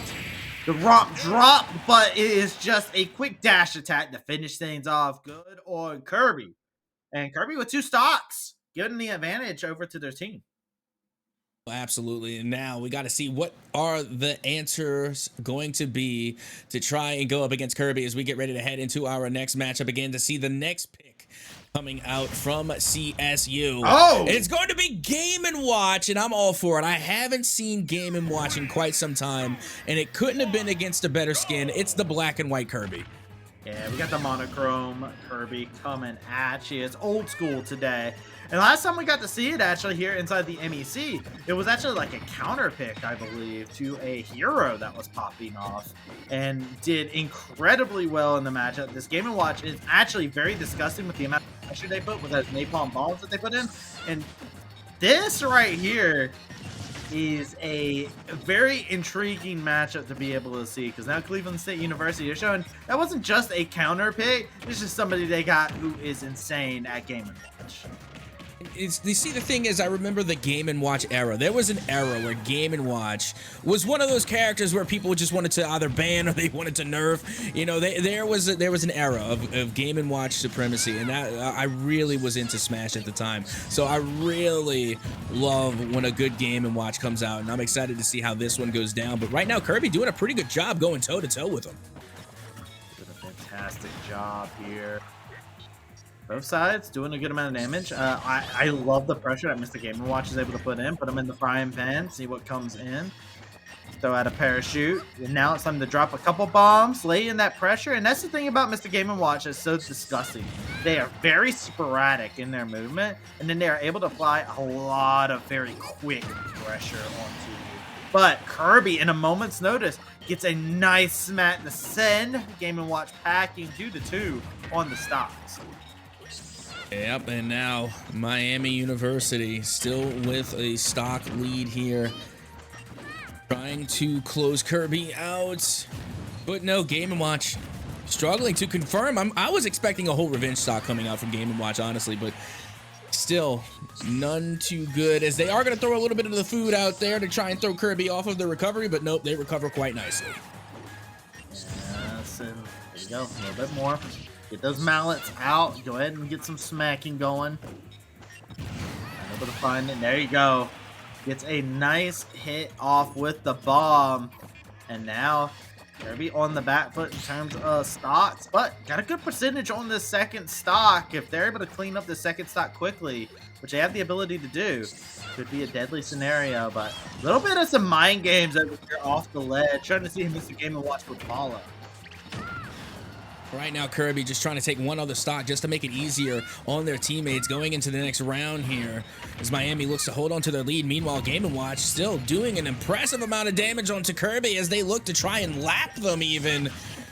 As now Kirby is forced to recover yet again, and Kirby has not been able to really land much of anything. It's the pressure that comes out from Mr. Game & Watch. It is a very sporadic character. The pressure comes out very quickly with what they have. Their moves are very sudden. It's a character that has that well-designed... It very much so has that design of the older games where you have less frames to work with. Mr. Game & Watch, the frames are so weird. If you're not used to playing against a Mr. Game & Watch, it's actually hard because you don't expect a lot of the pressure that Mr. Game & Watch actually applies and how suddenly they can apply something. And look at this, Kirby again with the up B, able to land their attack. Game & Watch with 130, and again, Kirby just looking to take one more stock, and they do! Kirby able to make things a little bit easier for Miami University as they get two stocks off of Game & Watch, and now just trying to hold on as they know they are not going to be eliminated. Kirby's still in this. Kirby's still alive, has that pressure, still building. They need to be careful here. You can see Mr. Game & Watch is actually fishing a little bit now. They have one of the craziest up tilts that they could possibly bring out. Dude does an incredible amount of damage. It's a great confirm to actually get a kill off stage.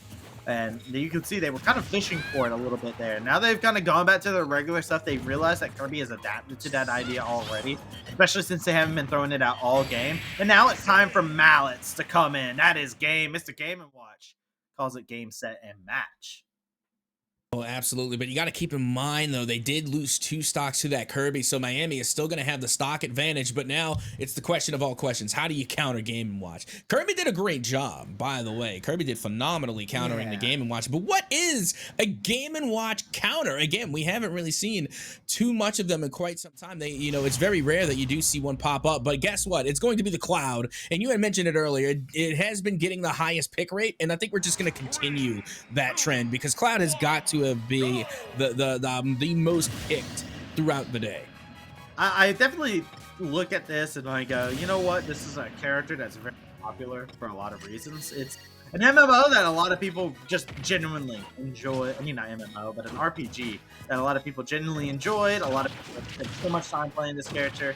Who's put into Smash? Everybody was all about the Cloud. I was on the Cloud train for quite a bit of time as well from the day that they got released. I get it, and you can see it right now. Miami University, they get it too. They're understanding exactly what they need to do against Mr. Game & Watch. And they said, you know what? You can be a classic, you can be an OG, but I redefine an essential with this Cloud pick. They are going to go ahead and finish off this Game & Watch very quickly at this rate as they are in KO range. Yeah, that they are, and they quickly got there too. And look at Cloud; they barely have taken any damage at all until finally we are seeing some updrafts coming from Game & Watch that do land. And now, just by keeping Cloud in the air, they seem to have amassed a good amount of damage. And Cloud just still looking for that one opening to try and close this one out. But Game & Watch again, just being that nuisance until finally the opening is there. Cloud takes advantage, and that will be the end of Mr. Game & Watch. I like the Cloud pick as an idea to into that just because it is one of those things. You're one stock in.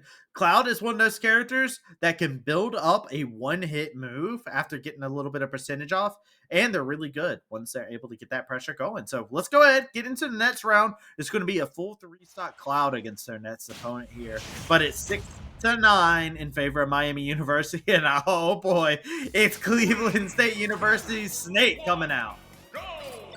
You know what? This is going to be tough for me because honestly, in this matchup, I would give it to Solid Snake again because Cloud has to close that gap, and Snake is just such a nuisance at just keeping the distance and plotting these C4s. Look, and they get grenaded up into the C4. The C4 didn't detonate. But my goodness, again, the Snake just so good at controlling the pace, and right now they're literally controlling the entire match. I don't know if you saw it, but at the very beginning, they said, you know, I hope you like getting countered. That definitely feels like that is the message to be sent here. As Snake into Cloud, I do not envy the Cloud at this moment in time. You hit the nail on the head. Is one of those matchups where it's very difficult for you. You have the limit break. You're gonna have to use that just to recover to get back up onto the stage. It becomes very hard for you to actually get in and encroach on the territory that Snake is going to be creating for themselves. And Snake is fine with CQC. They're fine with acting danger close. This is completely fine and dandy for them. But they can also just zone you out and make it to where it is the most difficult game you're going to be playing as Cloud. Absolutely, and another huge difference between the two is that Cloud's recovery, not so great. Snake's recovery, nearly infinite. Like, again, their recovery is insane, and they can also use it to their advantage to literally rain down terror with explosives as the first stock does go the way of Solid Snake. Yeah, it's, here we go. Going in, laying in more. The Snake is going to be hard.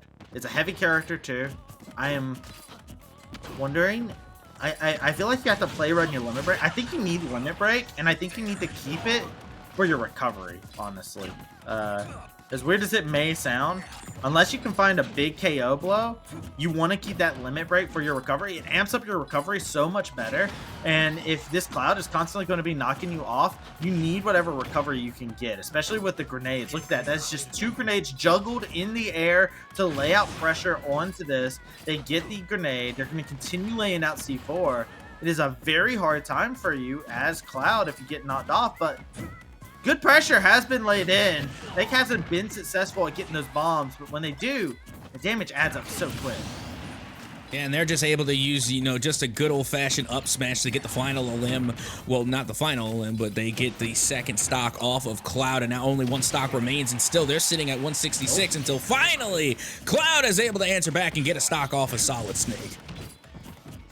Very much so needed at this current moment in time, as Miami University, they are up currently, but Snake is actually closing the gap considerably. This is a very big pit for Cleveland State University, and you can see they're jumping in, laying in a bit more hurt. Get the mortar fire, grenades coming through. There's nothing else that Cloud is able to find here, and you can see now that they're full screen, it's not where you want to be as Cloud. You want to get back up into his face, but Snake set up the territory, and that's a walking minefield. It literally is, and then you can't even go to the platforms because then you're just at the whims of a mortar. But here comes the homing missile. It lands square in the chest, and that is going to be a round going to CSU, and the stock diff ever so shrinking. Yeah, Cloud's going to go back and be like, I don't remember somebody like this in this Ultra program. What'd you say his name was? Solid who? Yeah, no, Snake was insane inside of it. And now, honestly, I'm a little curious on who Miami, Ohio decides they want to bring out, because we know they have a MEC Brawler that's in the back. You have an Ice Climber in the back. Who is the next one? Let's go ahead and see who the answer is, because you need somebody who can decisively take out this Snake. That is a Mario. Yeah, and honestly, I do prefer Mario over the MEC Brawler, but, and honestly, I'm pretty sure, I don't know. Could this be the MEC Brawler just playing as Mario? That would be my guess. It makes sense to me, and also I think Mario is just, again, one of those top-tier brawlers. They're not S-tier, maybe not even A-tier, but they're still, they still should be a decent matchup going up against Solid Snake. I appreciate them having the Waluigi fit inside of the matchup too. It's good.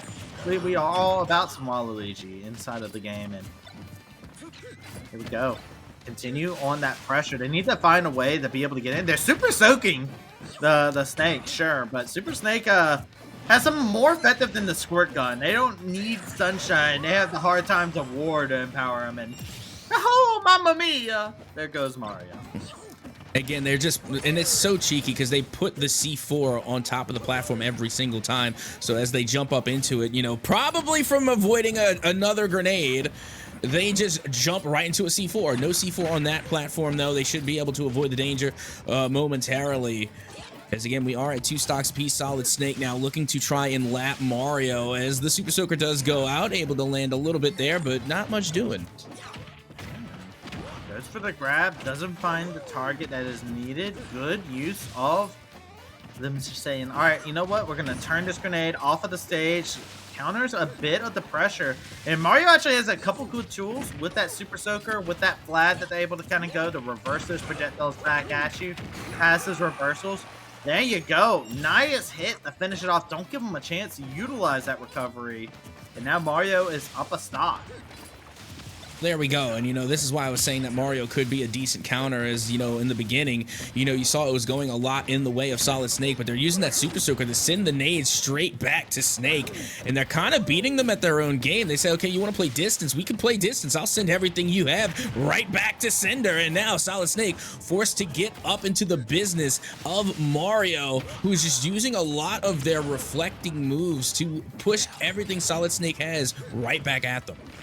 I feel like this is their game plan inside of the matchup, where they were just like, you know what? This Snake's really good. They're great at throwing out all these projectiles. I got plenty of tools here with the Mario, and I think you're right on regards of the fact that they just had this idea. And look at this good way to get away from a lot of the explosions there. That was a huge setup, but now stocks have been evened up. It is 4-4 for the first time today. We're evened up in stocks at the end game, and this Snake and Mario, they are fighting to see who will be able to carry an advantage into the anchor of each squad.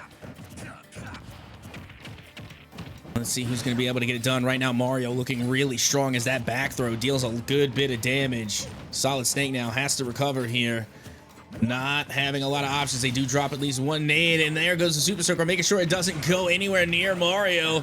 As now, look at the up airs coming from Mario, and the up smash will land, getting the final stock off of Snake and giving Miami University once again a lead. Uh, that is actually a crazy scenario. I actually think what happened, and because I'm getting reports that that was actually the final bit of it. I actually know what happened. They didn't get the first match.